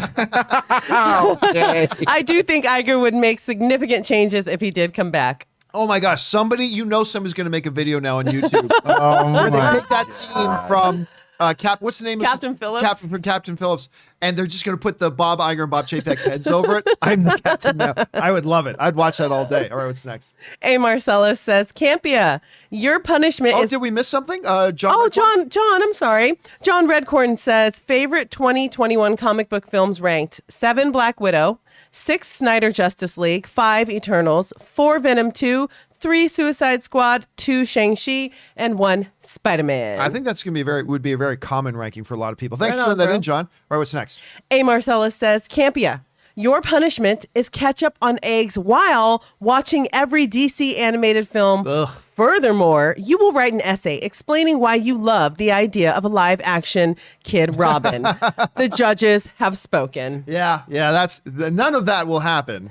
None of that. But if you want to come up with things that I would totally hate, you got all of them. All right, what's next? James Argenta says the Doctor Strange 2 poster hints at 3 Stranges and 2 Scarlet Witches in the movie. Also, 1 week to Boba, over under 30%. We see Cad Bane or Kira in Boba Fett. It's funny because Ann and I this morning we were watching a new little featurette on Boba Fett. It's like, it's next week. Boba Fett starts next week. Oh. We've been so wrapped up in the Spider-Man excitement and the finale of Hawkeye. Totally forgot one of the things I'm really seriously looking forward to is Boba Fett. I'm going to go under 30% on both, but I wouldn't go under 10. I wouldn't go under 10% on that. But if you're going to give me the over underline at 30, I'm going to go under 30 on that. All right, what's next? John Redcorn says, Ray, did you see the Lakers last night? At this point, I'd rather watch Space Jam 2 again than watch these guys play. What a disappointment. LOL. Are they still above 500? The last time I checked, there were 3 games above. Are they like 500 again, or? I don't know. All I know is these injuries, and every time I watch the Lakers, I'm like, maybe Buddy Hield was the way to go, and kept Kuzma and them. I don't know. Anything would be better than what's going on right now. I'm so surprised they let go of MVP. Yeah, Caruso. I know. I was really shocked when I found out they let Caruso go. But Caruso. Yeah. Yeah, that one hurts. I don't want to talk about it. I'm sorry. All right. What's next? Caden Stab says, No Way Home was amazing. Took some time to gather my thoughts. Loved it. 2, let Multiverse of Madness theories and madness begin. And 3, Hawkeye finale. Yeah, I was really hoping and expecting they'd stick the ending. Because if they could have done the episode 6 as well as they did episode 5, Yes. then I think this would be a winner show. Mm-hmm. But yeah, I thought it was just full. It had a couple of good moments. Don't get me wrong. Had some good moments, but I think the humor overall, was on point. I will give them that. The humor was good. I laughed out loud several times. Right. All right, what's next? Ray Launer says, an unexpected move for Hawkeye to have an early appearance by Oscar Isaac saying somehow Kingpin returned? I have no idea what Ryan's referencing. Maybe it's a dream. I don't know. Maybe. It'll come All right, true. what's next? Hosea XCI says, that sweater is sexy AF. I want it. It's amazing. Yep. My Where wife Ann did you got get me that? got me this ugly Christmas sweater. That is dope. I came in today and I was like, John, that sweater looks dope on you. I love this sweater. Ann got this for me. I really like it. It's almost Hawkeye colors, though. It is almost Hawkeye colors, actually. Now that it is, you're right. I didn't even notice that. A lot of folks commenting on that sweater, asking where you got it or got whatever. it from my wife. My wife got so. it for me. I don't know where she got it from, but my wife got it for me. All right, what's next? Suthia says, may we please have a Hawkeye discussion today? Yes, there will be a Hawkeye open spoiler discussion later today. All right, what's next? Ismail Montoya says, guys, did you notice the Doctor Strange trailer that the location where Wanda was picking trees was Mount Wundagore, where Synthon is imprisoned and mutants trained? I think that's speculation, and I don't think that will end up being accurate, but who knows? Maybe. All right, what's next? SH says, I'm shocked. Matrix 4 has a positive critic rating. Yeah, the last I checked, it was sitting at 70. What? It was sitting at 70. So hold on a second. Matrix, Come through, Neo. Resurrection, Rotten. So the last I checked, it was at 70%. So let's see if it's held that for now. It's dropped a little bit, so it's down to 68%. So yeah, I mean, the majority of critics are liking it. I don't have a lot of high hopes for Matrix Resurrections, to be honest with you, and I'm not hearing great things. But it's got 68% right now. Let's see what happens. I'm gonna go see it later today. Ann and I got our tickets. We're gonna go watch it later today. Oh, nice. We'll see how it goes. All right, what's next? Irrelevant and Beyond says, screw you. I love the Ewoks. John Campea. Yep, one of my favorite rants of all time is "Screw you, I love the Ewoks." It's a very well thought out logical argument about why everybody should love and fear the Ewoks. And I'll go into it another time. But yeah, the Ewoks are like, if you don't adore the Ewoks, if you don't fear the Ewoks, then you're not paying attention. So we'll just say that right now. All right, what's next? Paths Unwritten says, Henry should get raised tutu. No one else using it. Oh, that's right. I should get that and throw it over. No, I won't do that to Henry. Because then he'll watch the show and be like, why do they hate me so much? Why do they hate me? They won't understand John's undying love. Covering my face with that Spider-Man mask. We welcome Cavill on this show anytime, Cavill. Anytime Henry wants to come on, he's more than welcome to be here. All right, what's next? Brendan Blood says, hi, John, Ray, and Kim. Happy Re-Enter the Matrix Day. I can't wait for tonight. Got my tickets, and I'm ready to be blown away. I hope I am blown away with you, man. I'm seriously, I hope I love it. I hope it's fantastic. And we'll, again, I haven't had high expectations, but let's see how it goes. All right, what's next? Rep Proctor says, I went to the theater for the first time in over a year last night and saw No Way Home last night. Absolutely loved it. Now I'm hoping Sony gives Andrew Garfield his third movie. He was so good. By the way, did you notice all over, there's headlines everywhere. All the headlines. I'm hearing fans it. demanding Andrew Garfield gets a third movie. And I'm like, y'all bandwagon jumpers. I've been singing the praises of Andrew Garfield as Spider-Man. And everybody say, oh, no, Andrew Garfield's not getting Spider-Man. Oh, yeah? Yeah, now how the song has changed its tune. All right, what's next? Wow. Christopher Brickner says, Matrix 4 reviews are better than I thought they'd be. Listen, at 68%, I'll agree with you. I think they are better than I thought they would be. Now, let's see how they settle. Does it go up a little bit? Does it go down a bit? But at 68, that's even better than I thought it would be at. All right, what's next? Bobby Jackson says, Captain America is still Cap in a modern world, and I think the same can be done for Superman. No, Captain America changed. He's old man Cap. When you watch, and I'm not just talking about old man Cap. I mean, if you watch the MCU films, Steve Rogers, I mean, the first time Cap pops up, like in Avengers, after the first Avenger, yeah, he's still that 19, whatever the World War II Cap was, because that's where he just was. Mm-hmm. But as the movies progress, he changes to the point where he comes walking out of the shadows in Infinity War with that beard, that scruff, catching the spear, and like the audience. And no, he changed and he evolved. And I would suggest that would be with, like, if we're saying that this Superman doesn't even have his origins in the 1970s or 60s, but his origins are now here. I mean, yeah, you evolve that. You can keep some of the same traits for sure, but there are some you absolutely have to change because they do not work today.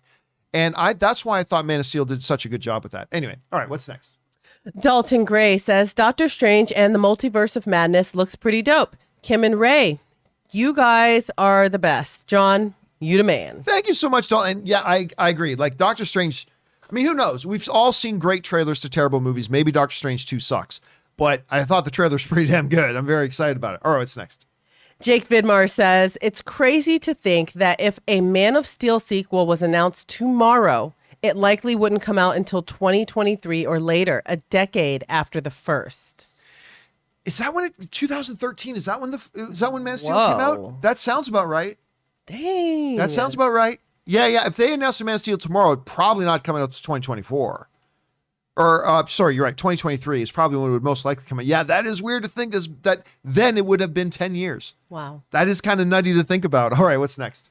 Norwegian Kryptonian says, didn't they try a Return to Donner Superman with Superman Returns? In many ways, yeah. I mean, but at the same time, they made that Superman also far more reflective. One of the things I really like about Superman Returns, I often say this, Superman Returns was, I thought, a very good movie that was not a very good comic book movie. But they definitely made a more reflective Superman, and they really went into the internal struggles of him struggling to understand his place in the world as the God Man. And then on top of that, the fact that he has a woman he loves that he doesn't quite know how to identify with. Now he finds out he has a child. I mean, so on that level, I thought they did a lot of good things, but you're right. They tried very much to channel the Donner, at least the essence of the Donner Superman in that. All right, what's next? Paths Unwritten says, Vaughn wants Superman, same as an actor wants a job. A little bit different because Warner Brothers and Vaughn had actually discussed it. And Warner Brothers was actually very warm on the idea. And then it kind of got derailed. So this is a bit different than, some random actor on the street saying, hey, actor, would you like to be in an MCU movie? Well, sure. Headline, actor wants to be in an MCU. This is a little bit different because this was something that was going to happen at some point. So it's a little bit different of a situation. All right, what's next? Kevin Cowell says, love the Hawkeye episode 6. Just felt like it needed more episodes to flesh out each character's resolution. Love the post-credit scene. I'm with Ray. Yeah, I listen, Kevin. All I can say is that I wish I was you. I wish I felt the same way you did. So I'm glad you enjoyed it. I'm glad you had a good time. And I will say this. With the post, one of the hardest laughs I had last night was Ray out of nowhere sings out, Kevin Feige says, fuck you. And I'm like, and I started laughing. I started laughing my damn head off when he started saying that last night. So if you guys saw it, you'll know what we're talking about. All right, what's next? All right, the next one's from Noah Aguilar. I really liked last night's Hawkeye, but Kingpin felt like a jobber to me. Did we? Oh, that was okay. I don't want to go into details. We'll go more into it on the open spoiler discussion later today. But I will say, yeah, this felt like a very, very Walmart version of Kingpin. It's not the same Kingpin. This is not the same Kingpin from the Netflix series. It's just not. So yeah, I was pretty disappointed with it. All right, what's next? Casey Mack says, is that really super strange though? Supreme strange.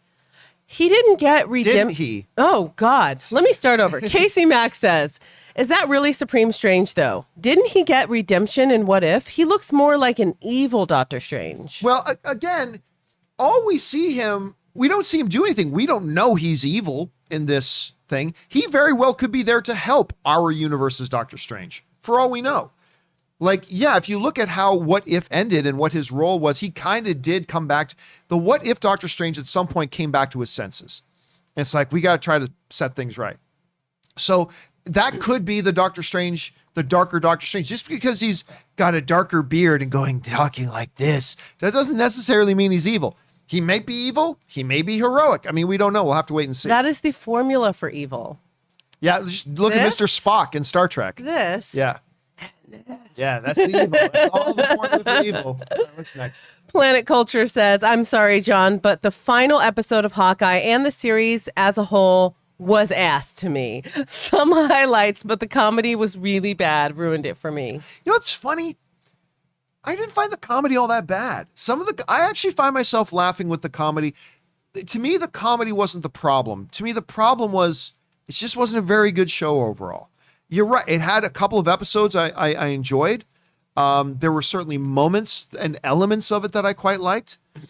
But again, I don't want to go into any details, but I'll just say at the end of the day, Hawkeye's going to be a show that I wasn't thrilled with. So yeah, we'll just say that. All right, what's next? James Santee says, conspiracy theory. Tobey Maguire equals hamster and robot. Not really quite sure what we're referring to. All right, what's next? All right. Never Lose Your Nerd says, what a great day this has been. was finally able to see the new Xbox, to get the new Xbox Series X, and I'm off till Tuesday. Nice. Yeah. Love you all, and Merry Christmas. Having some days off is nice, especially around the Christmas holidays. That's awesome. And enjoy your Xbox Series. That's what you have, right? Oh, yeah. You have a Series X? Yeah. You have two of them. Yeah, I bought the smaller one because just in case I have to babysit the dogs here, I would have it on the road. That's right. He's got this mini Xbox Series X, You and are then a gamer. monitor that's attaches to it. So it's basically like a big laptop he can carry around with him, and he brings it over and just sit down at the dining room table and plays Xbox. And that's why I'm broke, folks. All right, what's next? Genevieve says, John, when Kate does that trick Clint taught her with the fighting her wait a minute. When Can Kate I read does that? that trick No, can Clint I- taught her when fighting Is Kingpin. that a spoiler? Not really. No? Okay. All right. Go for it. Go ahead and finish it Oh, off. okay. When Kate does that trick Clint taught her when fighting Kingpin, the cufflink is the same one Kingpin wore in Daredevil season 1. Irrelevant. Doesn't matter. I mean, he has the same. It's the same actor. It's the same shaved head. He can have same cufflinks. It doesn't really matter. This isn't the same Kingpin. I mean, I don't know how you can watch that episode and then still believe that it's the same Kingpin from the Netflix universe. There's everything about him has changed. But anyway, we'll talk about them more in the spoiler discussion. All right, what's next? Thanks for sending that in, Genevieve. All right, what's next? James Sente says, did you ever give Peter Jackson's phone number? You guys have watched me for any period of time. You know the story, that throwback that James, that you know the story behind that. I won't tell it again right now, though. All right, what's next? Jack-O-Lantern Audio says, Baron Mordo is back. Yay. Yes. They worked hard to make him a more complicated kind of antagonist with a personal relationship with Strange. Can't wait. I love this character. I love the motivations he gave, what actually drove him away from the rest of the sorcerers, and is being played by one of the greatest actors in the world. What's not to love? Absolutely agree, Jack. All right, what's next? Marie Seifring says, with a $260 million opening weekend, No Way Home could have a 61% drop and still take in more than $100 million its second weekend. Yeah, and I do expect we'll see more than a 60% drop. Now, John, don't you say that you want to fall in between 50 and 60%? Like, isn't more than 60% a bad thing? Yes, generally speaking, more than a 60% drop is a bad thing. However, when you are a movie that makes like 150 million or more opening weekend, that means almost everybody went to go see it already, right? That means almost everybody went to go see it already. And so you can kind of expect to see it take more than a 60% drop. And I'm not saying it will, but if it does, it's a little different from a regular movie having a greater than 60% drop because almost everybody's already gone to see it. So I wouldn't be too worried about it, Marie. I wouldn't be too worried about it. All right, what's next? Fanimator says they added more cameos to Doctor Strange 2 to have more fun with the multiverse. Rumors for Mr. Fantastic and Professor X. I'm sorry, are those the rumors for Mr. Fantastic and Professor X from WandaVision, or the rumors of Mr. Fantastic and Professor X from Loki, or the rumors of Mr. Fantastic and Professor X in Spider-Man No Way Home, or the rumors for Mr. Fantastic and Listen, ever since they bought Disney, there have been rumors of Mr. Fantastic and Professor X popping up in everything. Some of them I even thought there was some credence to, but I mean, well, of course there's rumors that Mr. Fantastic and Professor, because there's going to be in every Marvel thing until they actually finally appear. So we'll see. All right, what's next? Al Renshaw says, I would love to see you guys watch the Doctor Strange 2 trailer after eating edibles. Chef pleasures with all the great ideas. Yeah, LOL. pleasures, baby. Oh my God. Get them edibles. Bake it into Kim's cookies. Oh yeah. Actually, I want to do a watch along just watching like Doctor Strange 2 with those cookies. All right, what's next? Guy from Kings Highway says, I watch your show so much that sometimes I forget whether I'm watching live or just shifting through the backlog. Oh, that's funny. That's funny. Oh, thank you. Thank you, Guy. We That's great. appreciate that. Thanks for being around and watching our show that much, man. We really appreciate that, dude. All right, what's next? James Sente says, Mel Gibson's Passion of the Christ 2 supposedly will go into production in 2022. That tagline better be, they crossed the wrong guy. I get it. They crossed. My mom would hate that joke. Oh, Mom, I hope you're not watching. I know you would hate that joke so much. yes. The only reason I'm laughing is because I'm like, he got that fire coming back though. So this is not gonna do well. I mean, the first one was a big financial hit, but with everything that Gibson's been through and all that kind of stuff, I just don't think it's gonna do well. I actually look, I know they're saying they're gonna do it. I still think there's a good chance this movie doesn't happen at all. Wasn't it supposed to happen a long time ago? Yes. But a lot of movies were supposed to happen a long time ago, and then they eventually have. But I still got a feeling this one won't. But we'll see. I'm not saying it won't. I'm saying I got a little itch in my brain thinking it might not happen. But we'll see. All right, what's next? That was funny. John McKinney says, have you seen the trailer for Spider-Man? Lotus looks far more intriguing than No Way Home, but that's just me. No idea what that even is. What that is. No idea what that is. Is that a game? Maybe? Maybe. All right, what's next? JJ the Sith Plane says Kingpin was a jobber. All I'm going to say. Yeah, and I will go into, I don't totally disagree with you. We'll go into more details on that once we get into the spoiler discussion later, but I don't disagree with you, JJ. All right, what's next? The M Cluster says, I was unfortunately underwhelmed by the Hawkeye finale. The confrontation between Clint and Yelena was not as emotional as it could have been, and Kate fighting Kingpin was not believable. Again, we'll go into the details of those scenarios and stuff like that later, but I agree with you, M Cluster. I do. And especially after episode 5, that remember, I was quite enthusiastic about. You turned your train around, man. Yeah, I was okay. Because you were a Grinch after the first and second episode. I didn't like the first 2 episodes, but I was really ready to completely be on board. After episode 5, I was ready, like nailing the landing. I was ready to jump on board with the Hawkeye series, and I felt like it sputtered. All right, what's next? A. Marcellus says, your Kingpin analysis just proved why so many of us Marvel Netflix fans are worried about those characters coming to the MCU. They are being MCU-fied. Well, yeah. MCU-fied. That's actually... McCoo-fied. Again, McCoo-fied. Forget it. Just say it how it sounds. No more, what do you call those? Abbreviations? Yeah, no more abbreviations. Just McCoo. McCoo-fied. I won't go into details about why A. Marcellus, but here's the thing. I think the issue is they're not McCoo-fying these characters. I don't think these are the same characters. I don't think they were ever intending them to be the same characters. I think they're similar characters being done by the same performers, but they're different than. But I don't know. We'll talk more about it in the spoiler discussion. Yeah. But yeah, I get you, man. All right, what's next? McCoo. McCoo 5. The man with the master plan says, good AM team. Thoughts on Hawkeye finale? And yeah, Cavill Superman is awesome. So what did Kim win? Not just bragging rights, I hope. Make John pay, or better yet, breakdance while eating ketchup and eggs. Nope, you don't get to set the parameters of a bet after the outcome has already been determined. You got to do it before it happens. We didn't do it, which meant, if I had won, it would just meant that I would get to lord it over you that I won. I didn't. No, I would have had it. You win, so you have to lord it over me. And well, you should. I got 2 people sitting at that table now. I got a DJ in the back. Each are holding a win over me in the bet department. So both of those fools over there are 1-0 against the bigger fool in this chair. So we'll see. All right, what's next?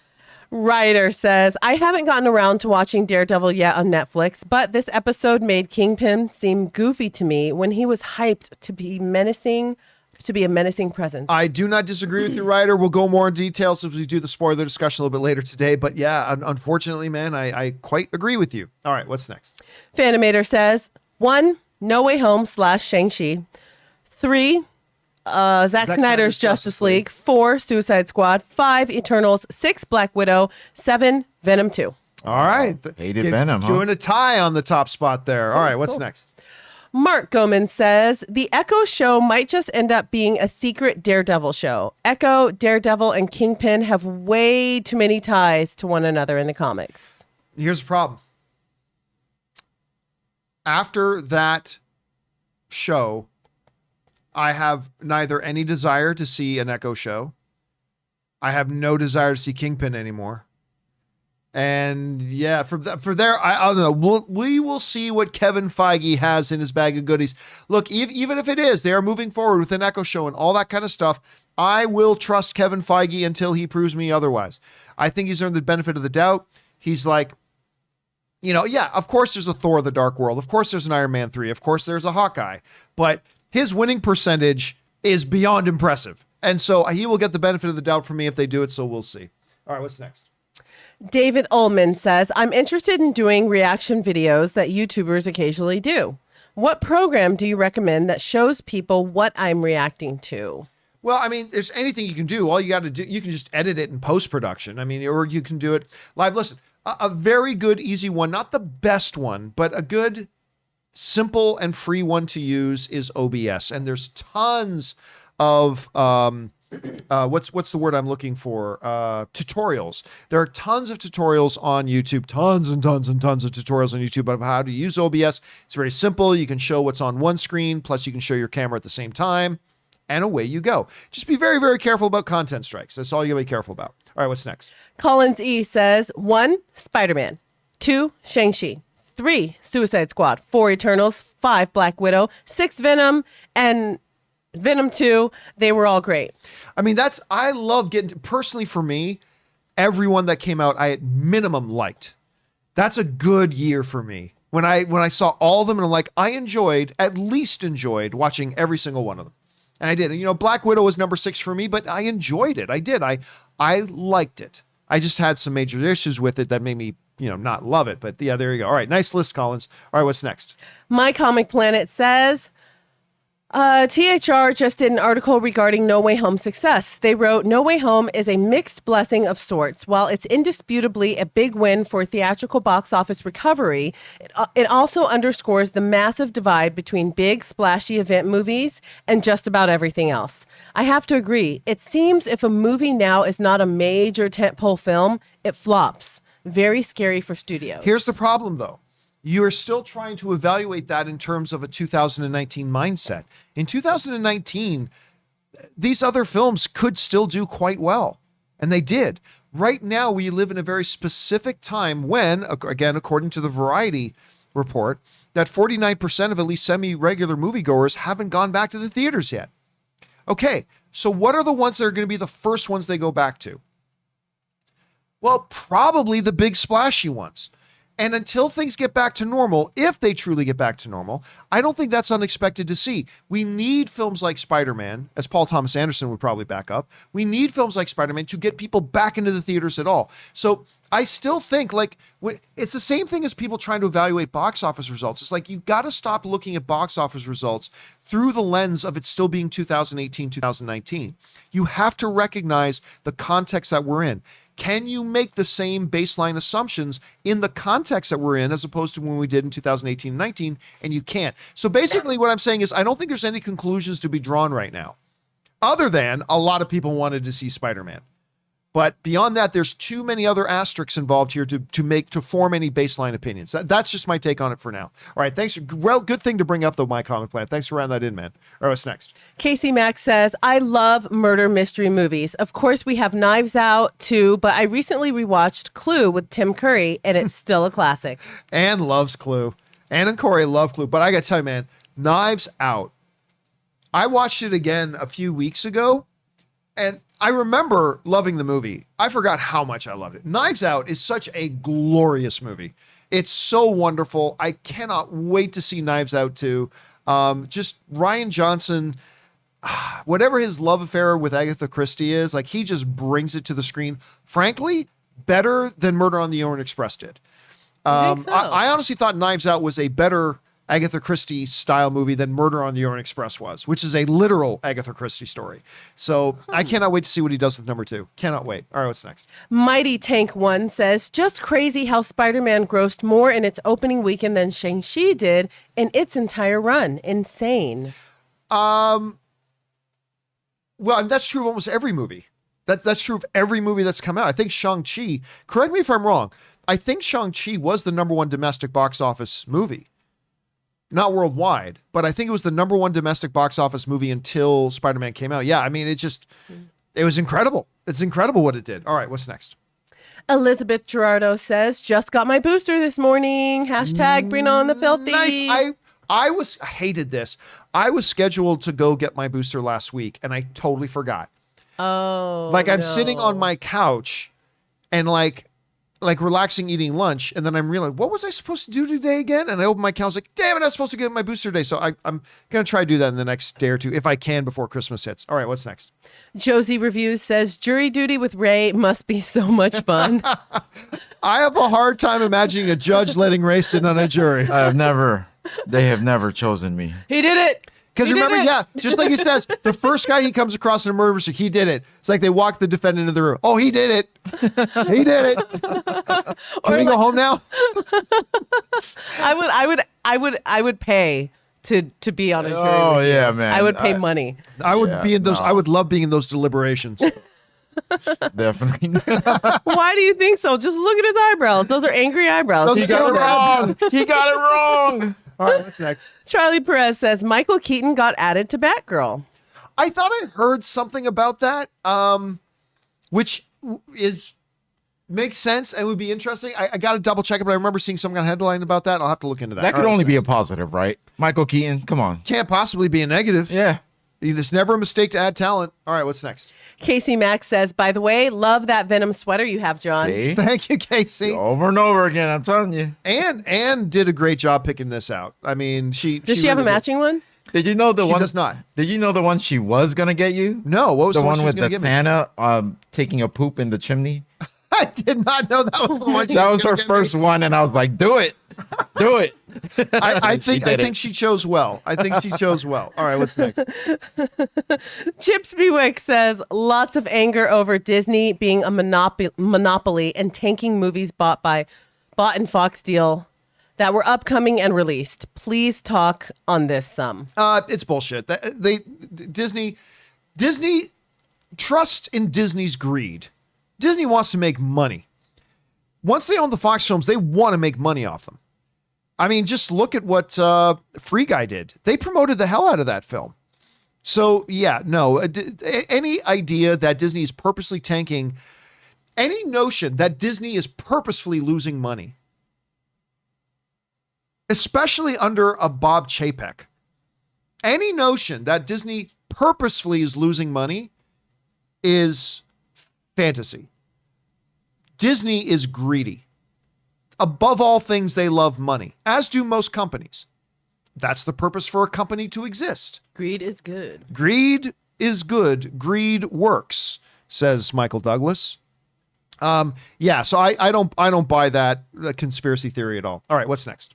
Collins E says the ScarJo lawsuit, the dismal rollout of Genie Plus, the Star Wars hotel fiasco, amongst others, Chapek has been abysmal. I want him out. Hey, listen, you're not going to get any arguments for me that his job performance has not been great. The only thing I go back to is that any new executive needs to be given a few years.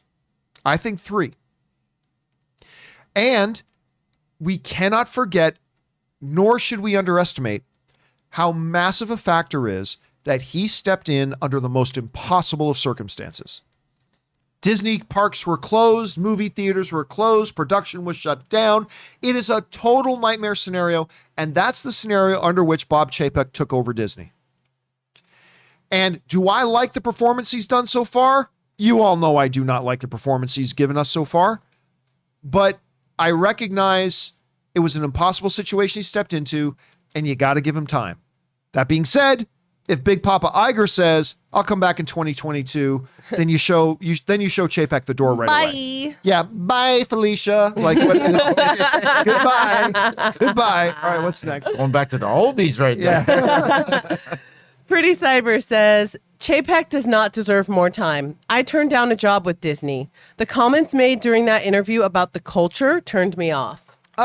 Look, again, one of the things you have to recognize about Bob Chapek in the way that he's different from Bob Iger is that he's a buffoon when it comes to being a public speaker. And that's okay. Not every executive has to be a Bob Iger level supreme master communicator. Not every CEO needs to be that. You can be a great smart businessman and have no skill at public speaking. You can and do well at it. Again, the only reason I say we need to give him time is because I don't believe, even as fans, we can accurately understand how good or bad he will be until that amount of time has passed. And again, we're all just overlooking, like, how good could anybody have done if they walked in under those circumstances? And I am no Bob Chapek apologist. Everybody knows that. I am no Bob Chapek apologist whatsoever. But I am a believer in giving somebody a fair shot. And as much as I do not like the job he's done, I don't think, given the circumstances, he has yet been given a fair shot. How has he done up till now? Pretty piss poor. Pretty piss poor. Do I believe he'll turn it around? Not really. Do I believe we should see if he can? Yeah, I do. So, but again, if Iger wants to come back, then, brush him out the thing and bring him back in. All right, what's next? Caitlin E says, John and Kim, I love your shirts today. I think we missed Hulk Smash. Oh, no. Okay, what's that? They love our shirts. Oh, I think. Yeah, first of all, I love that. The whole Autobot badge on the arm is awesome. I love that Autobot badge. That's pretty cool. I don't think there's one of that one. Yeah, there's that one. I love that. And what is Ray wearing? Nothing. Ray is wearing. Oh yeah, it's just olive green. Olive green. Olive green. You look like you're at a Kanye By Sunday Gucci. service. Oh my God, he does. Now that you mention that, he totally does. I will look up that reference later. Hallelujah. All right, what's next? Yellow CT says, watch The Rescue on Disney Plus. Amazing documentary of the Thai cave rescue. Produced by the same people who did Free Solo. Definitely a must watch. Ray, you watched this. Absolutely, I did. What do you think? That was great. I didn't know. Yeah, I just didn't know a lot of the things going into it. It went into more detail. It's crazy. All right. I wouldn't do it myself. All right, what's next? Okay, this is coming from Sam Fisher. It's one of two. Oh, I guess he didn't get it in time. The second one in time. Dang it. Well. Well, the Kingpin in Hawkeye is a fundamentally different character. His speech pattern is different. He's not as socially awkward, and Netflix KP. And Sam didn't get the second part in. But I would say I see where you're going with it, Sam, and I got to agree. I see where you're going with that, and I absolutely have to agree with you on that. All right, guys. We are now done through all the live comments you guys have sent in.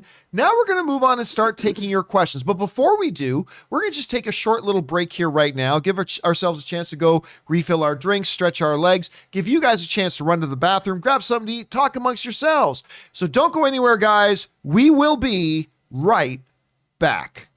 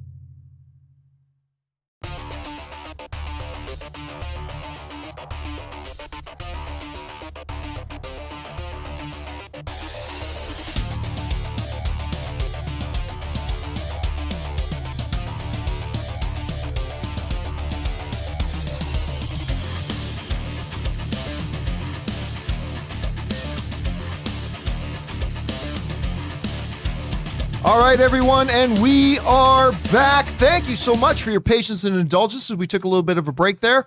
And now we're going to get on over to your questions that you guys have been sending in. Once again, if you want to send in a question for the show to be read on the show or in an upcoming companion video, simply use the tip link down in the description of this video. Click on it there or enter it in manually at www.thejohncampeashow. Oh, that's the wrong one. Sorry about that. No, it's www.streamelements.com/movieblogtv/tip. You'll get your question read on the show or a companion video if we deem your question appropriate to be used on the show. And of course, you'll be supporting the channel at the same time. And all of us involved in the show, thank you guys so much for that support. All right, Kim, what do we got going on here? What's first? Okay, first up is Wyatt Bender. He says, "Hey, John, saw No Way Home on Sunday, and oh my God, not only did I lower my expectations, the movie brought them back up and heightened them even more. I was born in 1996, became a fan of Spider-Man at the age of 4. It ends in the most perfect way. I literally grew up with Peter Parker. I idolize this character. I turn 26 next Saturday, January 1st, going on 22 years as a fan and also a comic book fan as well, and give all the credit." That's it. I can't. Nope, that's it. And give all the credit to Stan Lee and Ditko for giving us such a great character. All right, thanks for sending that in, Wyatt. Yeah, listen, it is amazing. We've been talking a lot about how certain people like going to see Spider-Man, like they went to go see the first 2002 Spider-Man with their dad.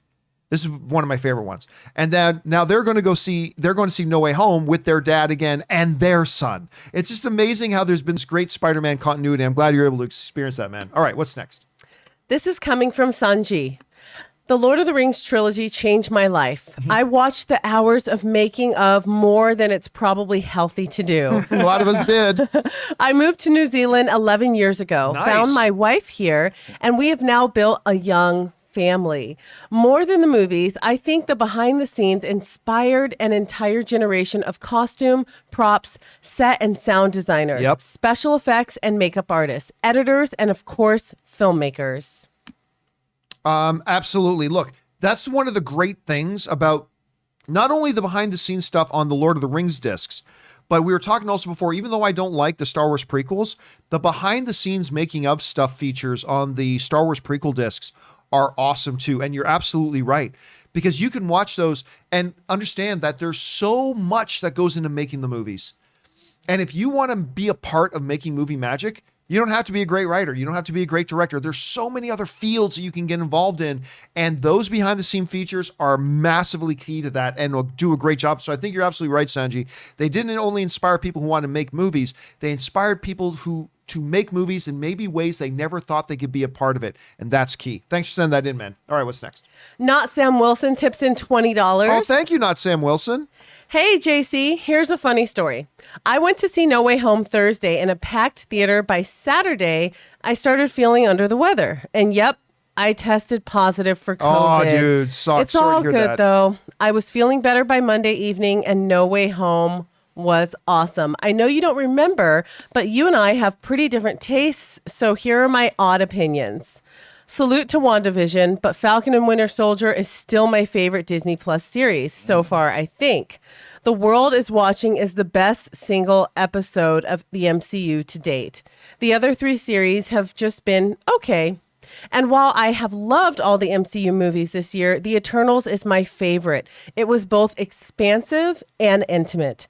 They are quite literally fighting to save the world, and yet the fight takes place between a small handful of characters, both cosmic and personal, but never feels off balance. It was absolutely brilliant. Number 1, Eternals. Number 2, No Way Home. Number 3, Shang-Chi. Number 4, Black Widow. But they all have been enjoyable, well-told stories, in my humble opinion. Look, I quite like Eternals. Everybody knows that, and I'm glad you were able to see it and they enjoy it on that level. That's great. And I like Falcon and the Winter Soldier, and like The World is Watching was a very good episode. I don't think the best one the MCU has done, but I think very good. And I thought the series overall was good. Again, I still personally think WandaVision by far is the best one they've done. But that is the beautiful thing about these stories, Sam, is that the fact that we all watch these and they speak to us in very personal ways. Right? One movie we're watching the same movie, but I may have a totally different experience than you because it touches us and it speaks to us in a different way than it will from anybody else sitting next to us. And we all have these different experiences. And the fact that you can watch it and have that experience is awesome. I watch WandaVision and I have that level of an experience instead. So that is the great thing about it. And I'm glad you enjoy the ones that you do, Sam. Thanks for sharing your thoughts, man. All right, what's next? Murray Reich says, I saw No Way Home Sunday evening, so I wasn't able to send in a super chat before the spoiler discussion started. But in a non-spoiler review, I will say I loved it. There were a few moments I didn't love, but the big surprise is the action, the humor, the heart was there. The ending was pretty bold, but understandable due to the circumstances. My only complaint is the number one character that was supposed to be in it, and their appearance was disappointing and anticlimactic. Can't say more why, but overall amazing experience back in the theater. I was in full house, like pre-pandemic levels, cheering and laughing. It was so busy. I couldn't even buy anything at the concession stand because the lines were at least 20 minutes long each lane, plus 25 minutes of trailers of ads, plus Regal ad. Yeah, I am so over Regal and AMC showing ads for themselves when the audience is already there. Whatever. That being said, there was something so special, Murray, about, and I think I mentioned this, but when we went and did our screening, I took a moment, because I didn't let it pass me by. I took a moment to just stand there in the foyer of the theater and look around and to soak in the sights and the sounds of a packed theater with an excited audience, with long lines at the concession stand, and everybody is buzzing with excitement about going in to see these movies. And even when I came out, seeing more audiences going in and all these other audiences coming out, buzzing and having a good time. And it's an experience that we haven't got to have in a couple of years. As good as I loved A Quiet Place 2, and as much as I love West Side Story, and as much West Side Story is best film of the year, and as much as I love Shang-Chi and all that kind of stuff, the theaters haven't been packed yet, right? And so we haven't had that to be there again, and I didn't want to let that moment pass me by. So again, I just stood there in the foyer for a bit and just kind of took it all in, soaked it in. I loved it, and I cannot wait till we kind of get back to that on a semi-regular basis. I don't know that's going to happen anytime soon. Like, I think this Omicron thing is probably going to start delaying.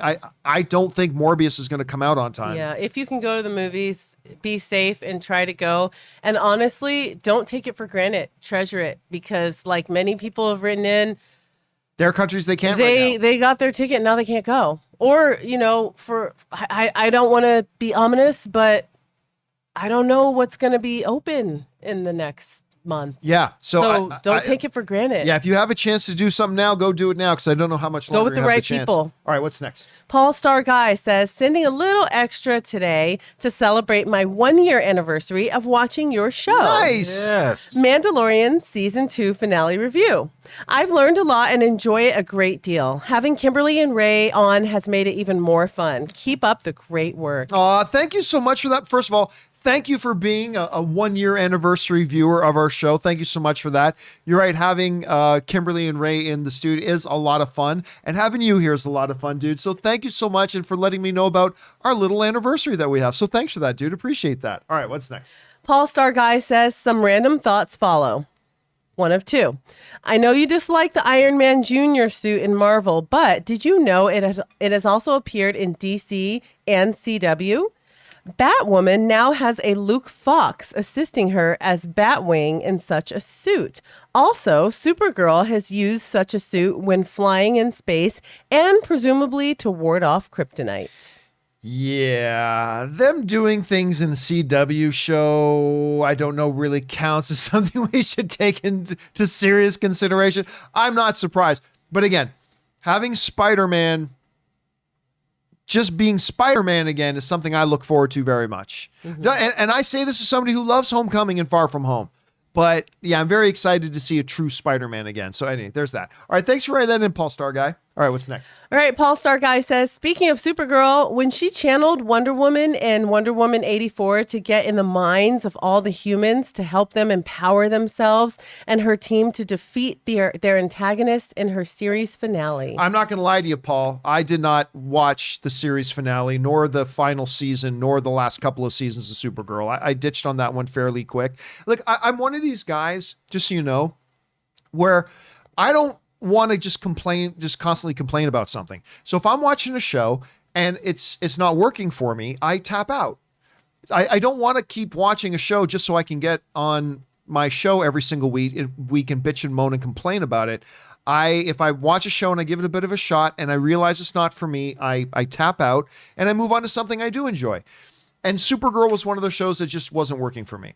I tried getting back on when the wonderful Sam Witwer was on the show as one of the villain characters, because he's amazing. But even after that, I had to jump off it again. So I did not see the finale, so I'm not familiar with it. All right, what's next? Paul Star Guy says, I really enjoyed Ghostbusters Afterlife, which reminded me at the time of the original Ghostbusters, a group of us were driving home from a baseball game and found a Ghostbusters poster in the road.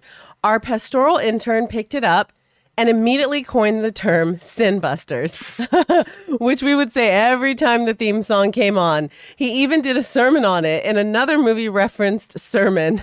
Hold on. He says he had the congregation stand and say, I'm mad as Habakkuk and I'm not going to take it anymore. I'm sure you can.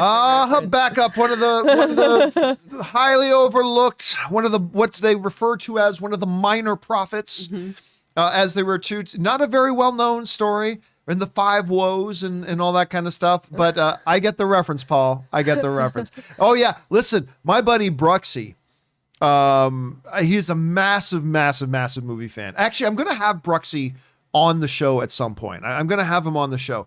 Bruxy is a really neat mix because he's like the pastor of like probably the biggest church in Canada, and he's a hardcore pacifist, total nonviolence. But he loves his violent movies. He loves his violent movies. And I'm actually going to have him on the show here because, especially after watching Eternals, right? And with Arsham the Judge popping up and that they created the universe. And I got a hold of Brooks. I said, you know what? I would love to have you on sometime to talk about how people of faith can watch these movies. And like him, a hardcore pacifist, but totally loves it. I remember him saying once, oh yeah, totally. Pacifism is my life. But pacifism makes for pretty boring movies. That's what he said. So it's like, I thought it would be great to have him on sometime to talk about, and he's a big fan of the comic book films and all that kind of stuff, to talk about how a person of faith like himself reconciles and how he engages like media, like violent films or whatever. And we're going to have him on sometime soon. It's going to be great to have him. Interesting. All right, what's next?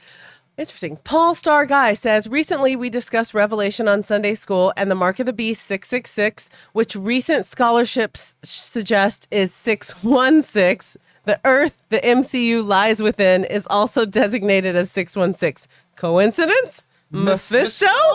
Thoughts? Yeah, I've heard that, but that's not been established, just so you know, because there are some literary scholars who think that maybe 666 has been mistranslated and it's actually 616, but that's not commonly agreed upon yet. But it would be funny if it is 616, and then the within Marvel's multiverse, for those of you who don't know, within the Marvel Comics multiverse, the regular world is what they refer to as 616.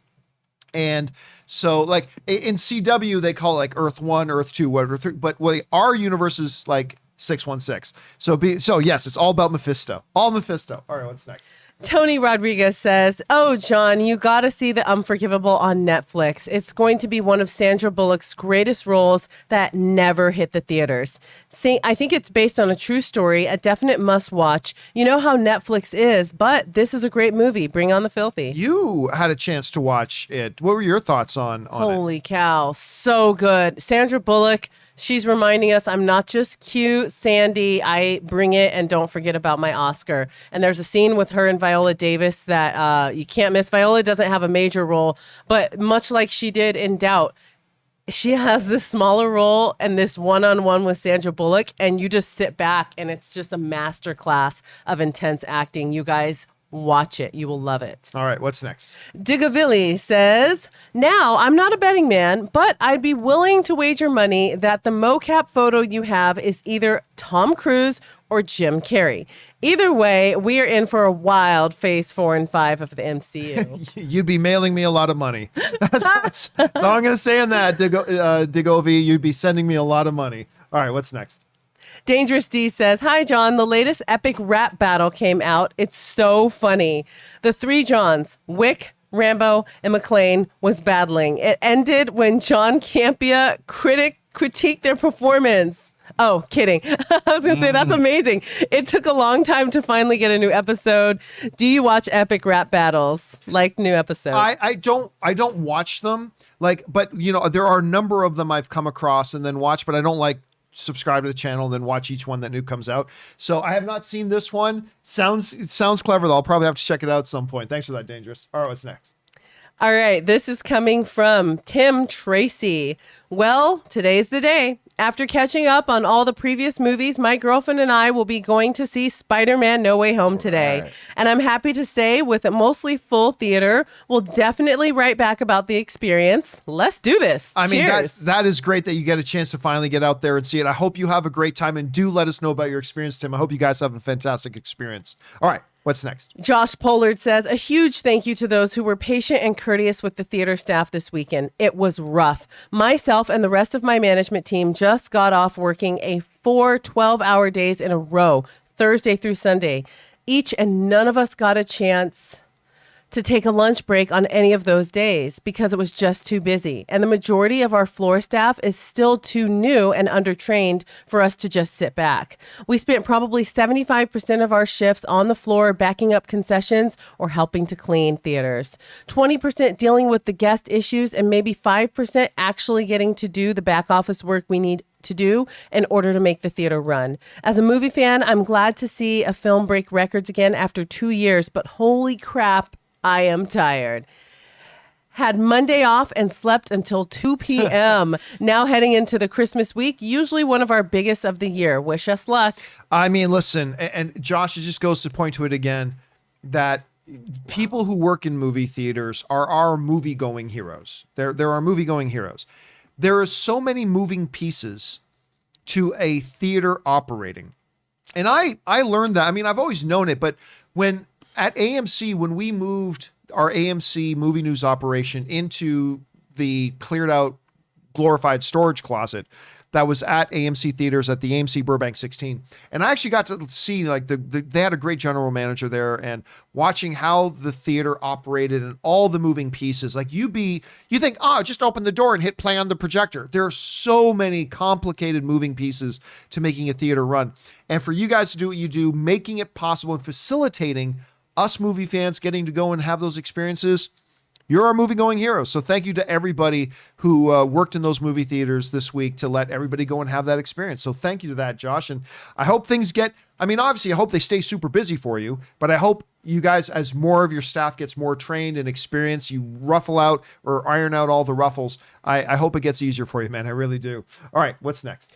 Colin Robinson says, 3 characters appear in the top 3 biggest movies opening weekend: Spider-Man, Doctor Strange, and Ned. If I'm Jacob Batalon's agent, I'm raising his acting quote. Forget The Rock, Ned is the new box office Viagra. That's right, because the top 3 opening weekends are now Endgame, Spider-Man, No Way Home, and Infinity War. And yes, Doctor Strange, right. Spider-Man, and Ned is in all 3.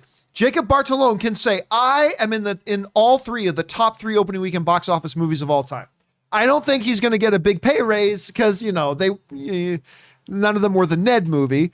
But I'll just say, first of all, I have really enjoyed Jacob Bartolone in these things. I think he's great, and I really liked him in Spider-Man No Way Home. So I'm hoping for an expanded role for him as he moves forward. All right, what's next? Grogu says, vote for breakout star of 2021, Rachel Zegler in West Side Story. Right there. Yep. Alana Haim in Licorice Pizza. Karoon in The Eternals. He was great in that. Filipino Lola in No Way Home. Or spunky out of nowhere scene stealer Aaron Cummings in King Richard. Choose one. Well, Aaron. Yeah, but Aaron's not a newcomer. Aaron's not a newcomer. And so Aaron doesn't get to qualify for that, unfortunately, even though she would probably beg to differ. She gets my vote. But Rachel Zegler in the best movie of the year in West Side Story. I mean, my God, how does such a little frickin' package have such a voice? Like every time I just look at her, it's like, she's so wee. Like she's just wee. And then she starts belting like Aretha Franklin. And I'm like, dear heavens, that girl can sing. But she's beautiful in the movie. Like her performance is beautiful. All that, oh my gosh. So I just got a notification on my watch from the Tesla app letting me know that Anne has she's actually in the software now renamed her car. So instead of Tesla Model Y, blah blah blah, the notifications now read Moon Knight. Anne has officially named her car Moon Knight. It's now on the software and everything. And isn't she? That's another example of how she is the best. Anne is the best. That is freaking awesome. What a great name. I mean, we already knew she had like when we first got her the car, she had put up on Facebook, because it's a black Model Y. She got put on Facebook. I've named it Moon Knight, and Rob was very, very happy. Rob even made social media posts about how Ann Campea has named her car Moon Knight. He was but now it's official. It's actually on the software now. So there you go. All right, sorry. Where were we? Oh yes, Rachel Zegler, absolutely love it. All right. What's next? Ryan Launer says, did Haley Steinfeld crush these last 2 months of 2021 or what? Dickinson, Arcane, and Hawkeye? Again, my opinion about actors who take on voice acting roles, like I'd rather see actual voice actors. I mean, look, she did do a great job doing the voice in Arcane, but I don't give a load to that. Dickinson, she's great in. And even though I'm not a huge Kate Bishop fan, her performance obviously was great. I am becoming a bigger and bigger Haley Steinfeld fan every year. Like, I mean, I already liked her before Bumblebee. I already liked her very much. But then when I saw her in Bumblebee, I'm like, oh my God, she's good. She made everything believable. Mm-hmm. Like, I think Shia LaBeouf, I think he's a very tremendous actor. I really do. But Haley Steinfeld made me believe in the relationship between her and the CGI character, even better than Shia did in the other Transformers movies. And he's a tremendous talent.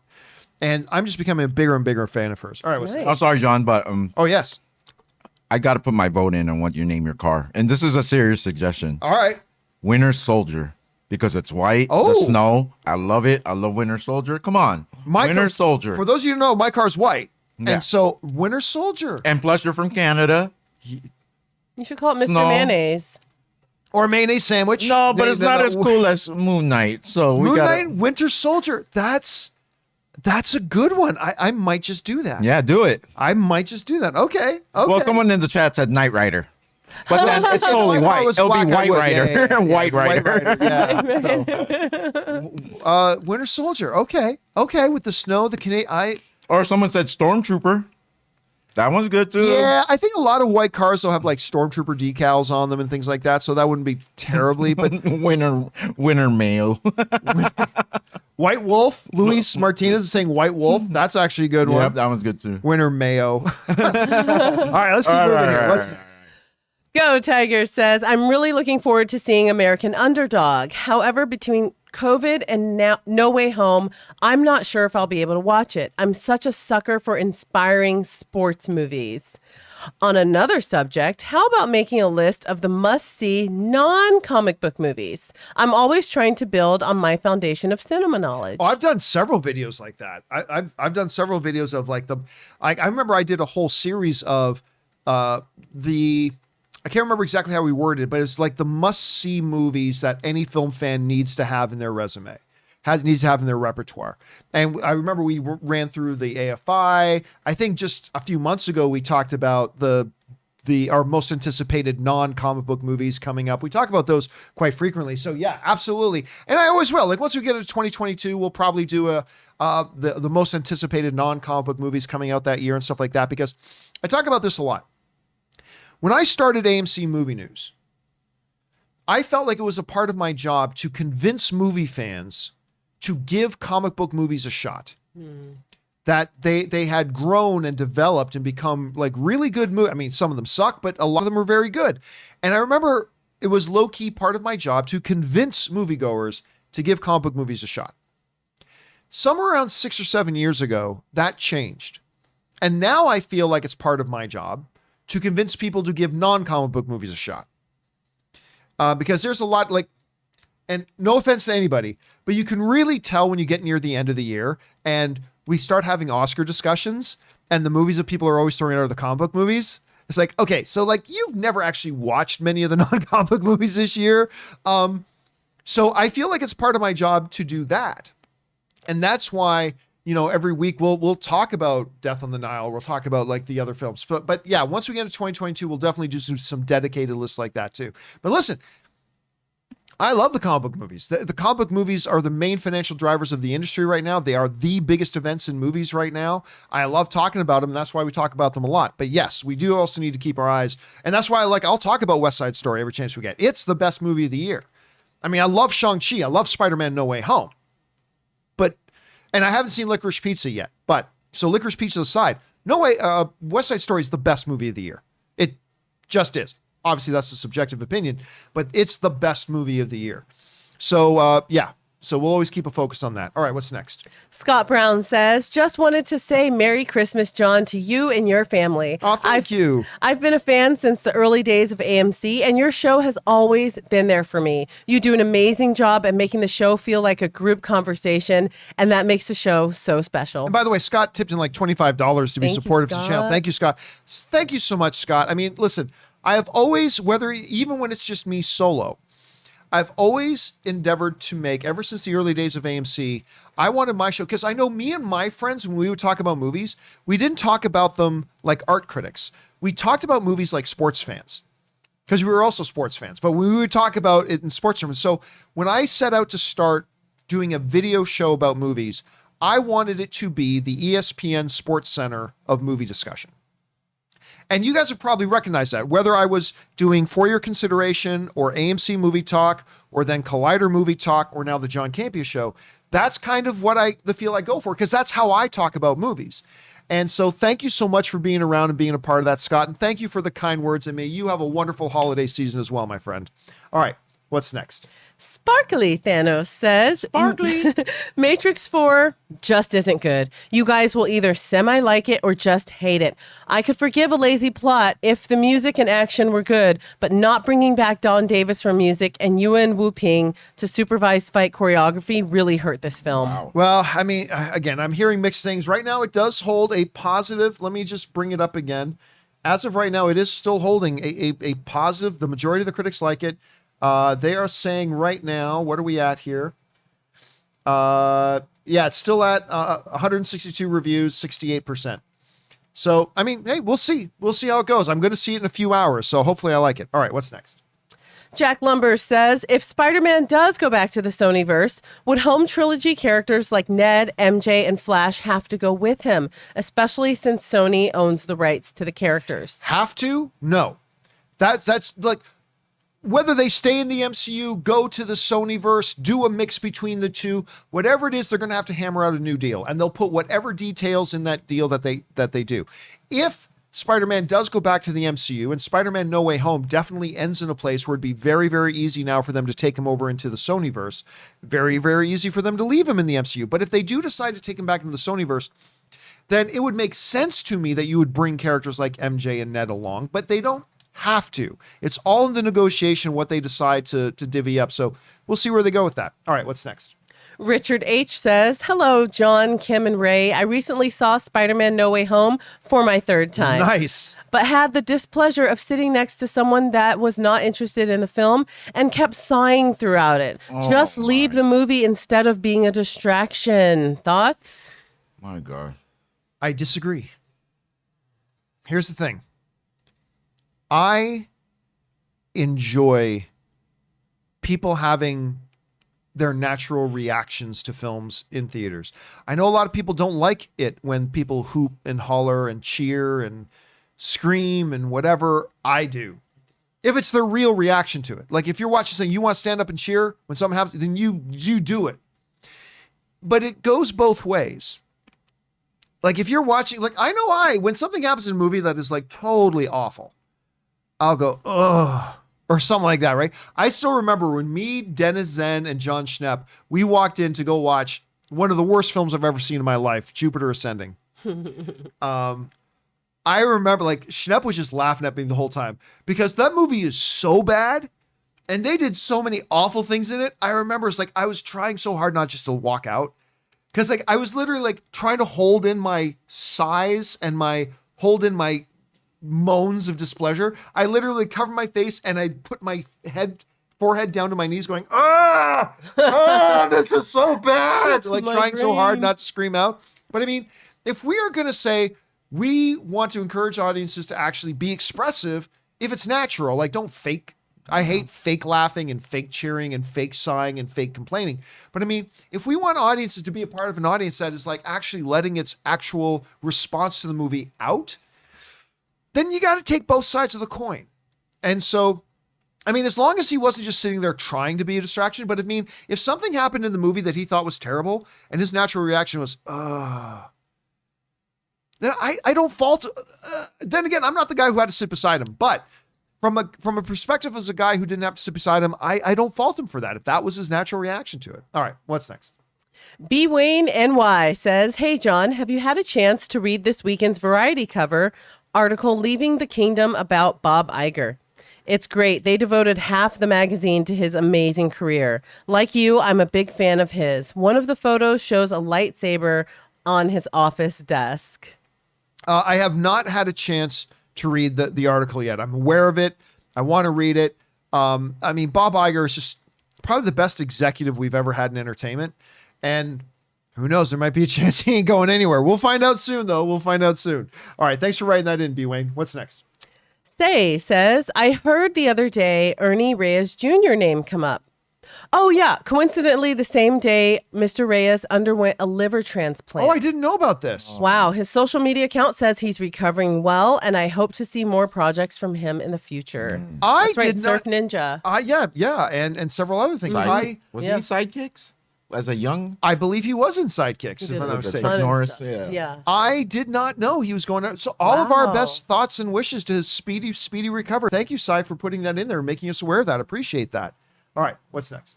Marie Cyphering says, "Hey, John and crew, I saw my first YouTube ad for Death on the Nile from 20th Century. 90% of the dialogue was between Gal Gadot and Kenneth Branagh's character. Only saw brief glimpses of Armie Hammer's character. Armie Harry, brand new actor, totally different guy. Harry, he's like, I'm not Armie Hammer. Character dancing with Gal or as part of the group Hidden. Yeah, we were talking about that a little bit earlier in the show. Like, they did a smart thing. If they totally kept him out of the trailer, that's all anybody would be talking about. But you don't want to have him in the trailer much because you don't want people to be talking about. So they just have him like kind of glimpse up. It was a very, very good approach for them to do it. And listen, honestly, I thought it was a good trailer. So it's great Kenneth Branagh, great source material. Looking forward to it. Not in my top like most anticipated of films, but I'm very curious to see where they go with it, Marie. All right, what's next?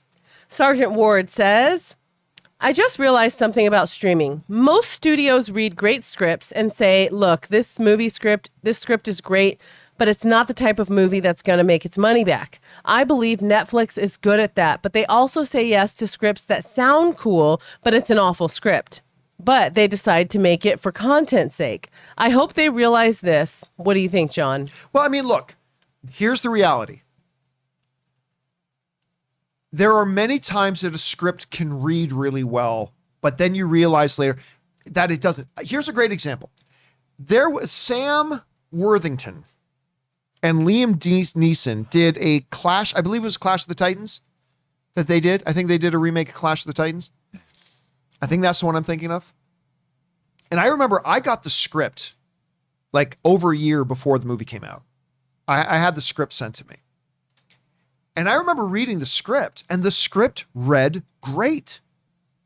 It really did. It read really well. And I remember thinking to myself, this is going to be really good. But you never know because it's playing in the theater of your mind when you're reading the script. You never know until it actually starts being put together about whether or not it'll actually translate well into a visual medium. And the movie was not great. The script was. But the movie was also a very true representation of the script. And so you just never know. There are lots of times that a script can read really well and you think the movie sounds great, the pitch is fantastic, and you start putting it together, but it's not. I remember Spielberg talking about this once. It's like, you never know until you get in the editing room. Even when you're shooting the movie, it's hard to, like, sometimes you can tell when you're shooting a movie, this is going to be really special, or wow, this is going to be really bad. But it's not really, Spielberg says, until you get into the editing room that you really know if it's actually coming together or not. So I think for us film fans, it's easier for us to say, well, clearly they should have known that was a bad script. We have the advantage of hindsight of that. But because a lot of times these scripts can read really, really well and they just don't necessarily work out. All right, what's next? Salomon Kara says, hi from Manila, Philippines. Due to cinema restrictions, we only got to watch Eternals this month and loved it. Even our teen daughter loved it more than Shang-Chi. Nice. And Black Widow. Though movies are subjective, we don't get the passionate hatred it got. Thoughts? I mean, look, first of all, almost every movie, I've heard from people who hated No Way Home. Like, hated it. Talk about it as nothing but a bunch of gibberish, childish, empty calorie fan service nonsense. And you know what? Every point they made, I understood where they were coming from. It just hit me differently. Like, definitely all the stuff that they were talking about to me were positives and pros, but I could totally see why somebody watching it was like, okay, but Shang-Chi, my favorite comic book movie of the year. I've heard some people that passionately hated it and they brought their points. I'm like, okay, I don't agree and I didn't experience it that way, but I can see where you're coming from. And if it hit you that way, I could get why you hated it. Like, so, and Eternals is no different. I mean, there are people you saw, we've had people write in today that say Eternals was actually their number one favorite comic book movie of the year, but there are also people that completely hated it. So, and that's the beauty of film. That's not a bad thing. That kind of, parody and that kind of mix and things, that is not a bad thing about movies. That's actually the most beautiful thing about movies, is that we have those experiences. And yeah, there are going to be some movies we watch and absolutely adore, and other people are going to hate them. There are people who hate The Godfather. There are people who hate Star Wars. There are people who hate Lord of the Rings. They're not wrong. That's just the experience that they had. And we need to respect that. So yeah, I get it. All right. Thanks for sharing that though. And by the way, I hope you and your family are doing really well. We know the Philippines is, been dealing, fortunately not as destructive as the last one, but has been dealing with a big typhoon situation. So I hope you and your family are doing well there. All right. What's next? Jonathan says, John Campea, you are a fucking beast. I saw you. Finally, somebody with some culture and taste writing in. Good gracious.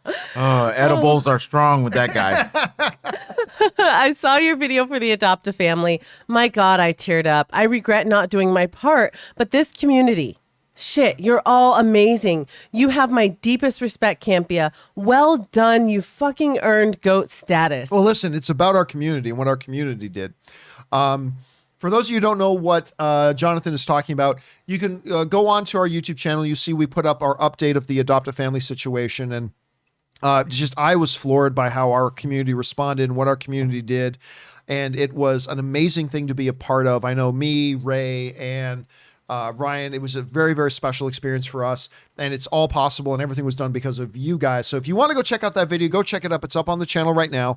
But yeah, thanks for the kind words, Jonathan. We really appreciate it. And, just by being a part of our show, you're contributing as well. And, we'll do something like this again and do it. And by the way, the whole idea of us talking every year about Adopt a Family is not to participate with us, but for you to do it on your own as well. And there are other programs like that throughout the year. So thank you for the kind words, man. And thank you for watching the video. All right, what's next? Fritz the Cat says, I think Florence Pugh is one of the best young actors in Hollywood, but that accent she's doing in the MCU is terrible. What? I was half expecting her to start referring to Clint and Kate as Moose and Squirrel. Moose and Squirrel. Oh my gosh, maybe Doctor Strange can magic it out of her. Wow. I don't know, I'm not gonna lie to you, kind of worked for me. Yeah, it did for me too. Was a little thick. Maybe it was a little thick. But I'll be honest with you, it kind of worked for me. But I could totally see why Kate it was. Bishop. I love how she says her whole name. Yep, Kate Bishop. I like that a lot. By the way, we missed one from Charlie. Charlie from Starkville says, hi, John and crew. Longtime listener, first-time tipper. Thank you, Charlie. Would you take over or under 25% that we will see Luke Cage reappear in an upcoming Disney Plus series? All right, there's two answers to that question, Charlie. Luke Cage, the character, over 25%. At some point, he's going to pop up. Maybe not in the next year, maybe not in the next two. The Michael Coulter Luke Cage, I'll take under 25%. Oh. Just because we got Vincent D'Onofrio back in here, I don't believe that means they're going to do every... I don't believe that means they're going to bring every one of those Netflix characters over with the same actor that they've done before. So bring back Mike Coulter as Luke Cage, I will go under. Luke Cage in general, I'll go over 25%. So that's what I'll take. What are you guys laughing about? No, I was just saying, hey, Kim, it might be time you do a real bet. He's trying to coax me into another bet. I actually liked him as Luke Cage. So I did too. I just didn't like the show. I thought Mike Coulter was a great choice to play Luke Cage. So I thought he did a very good job. I just didn't think the show was great. Maybe my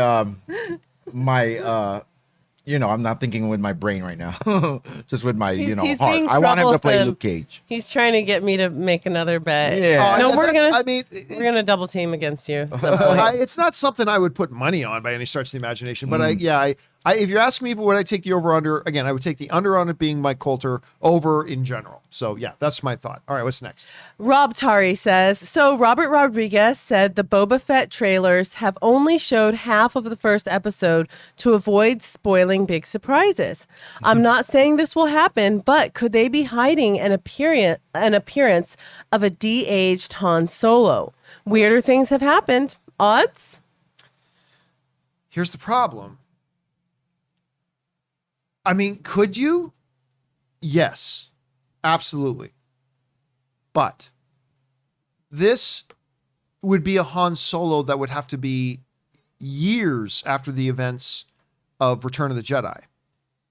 So it's not like you could do, why am I forgetting the name of the guy who played Han in the Solo movie? He did a very good job. I can't remember his name now for the life of me. Guys in the live chat, help me out. What was the name of the actor in that? But again, this is not, he played a Han Solo that was like 10 years. Alden Ehrenreich, thank you. Michael Gomas was the first one to put it in there, as did Big Blue Balloon and a couple of others. Alden Ehrenreich, who I thought did a very good job playing Solo. I really did. I thought he did a very good job. But he plays a Han that's like 10 years younger than the New Hope Solo. This would have to be a Solo that's like 5-6 years after the events of Return of the Jedi. So, I mean, I don't know, but it is possible. It is possible. So, what are you asking me here? What would appearance? I'm not saying this will happen, but could they be hiding it? They could. They could. It's possible. I'd give it a 20% chance. 20% chance. All right, what's next? Mark Netto says, hey, John, Ray, and Kim, it's 11:50 a.m. and waiting to see Matrix with 2 others in the entire theater. Apparently, folks have gotten refunds because no food is available in the theater. What? Even last Thursday at the Spider-Man No Way Home premiere, only half full. Happy Christmas.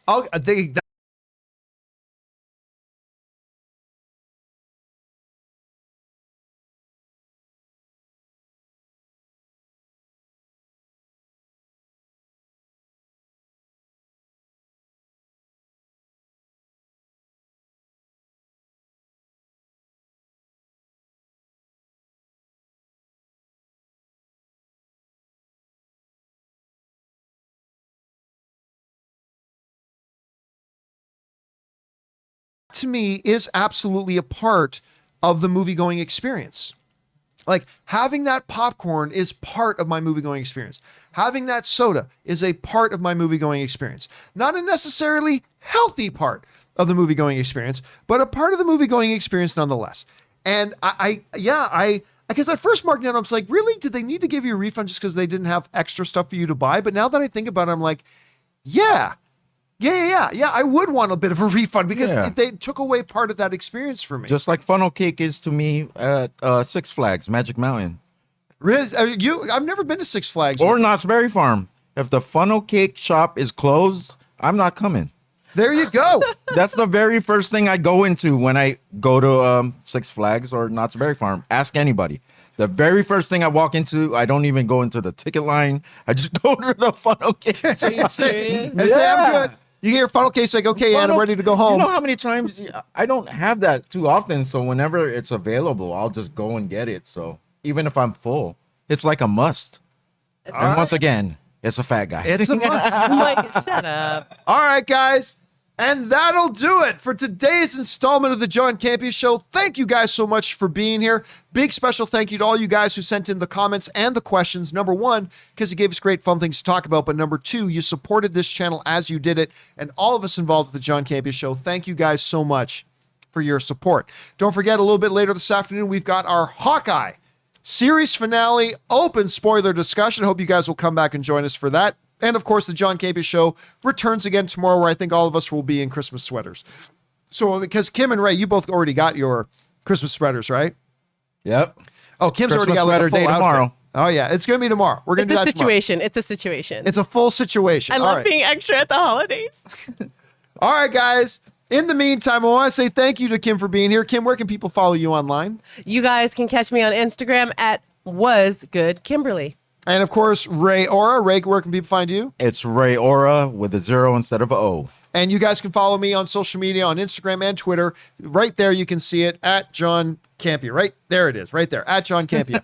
All right, guys, that'll do it for me. Thanks a lot for being here today. My name's John Campea, and until next time, my friends, bye-bye.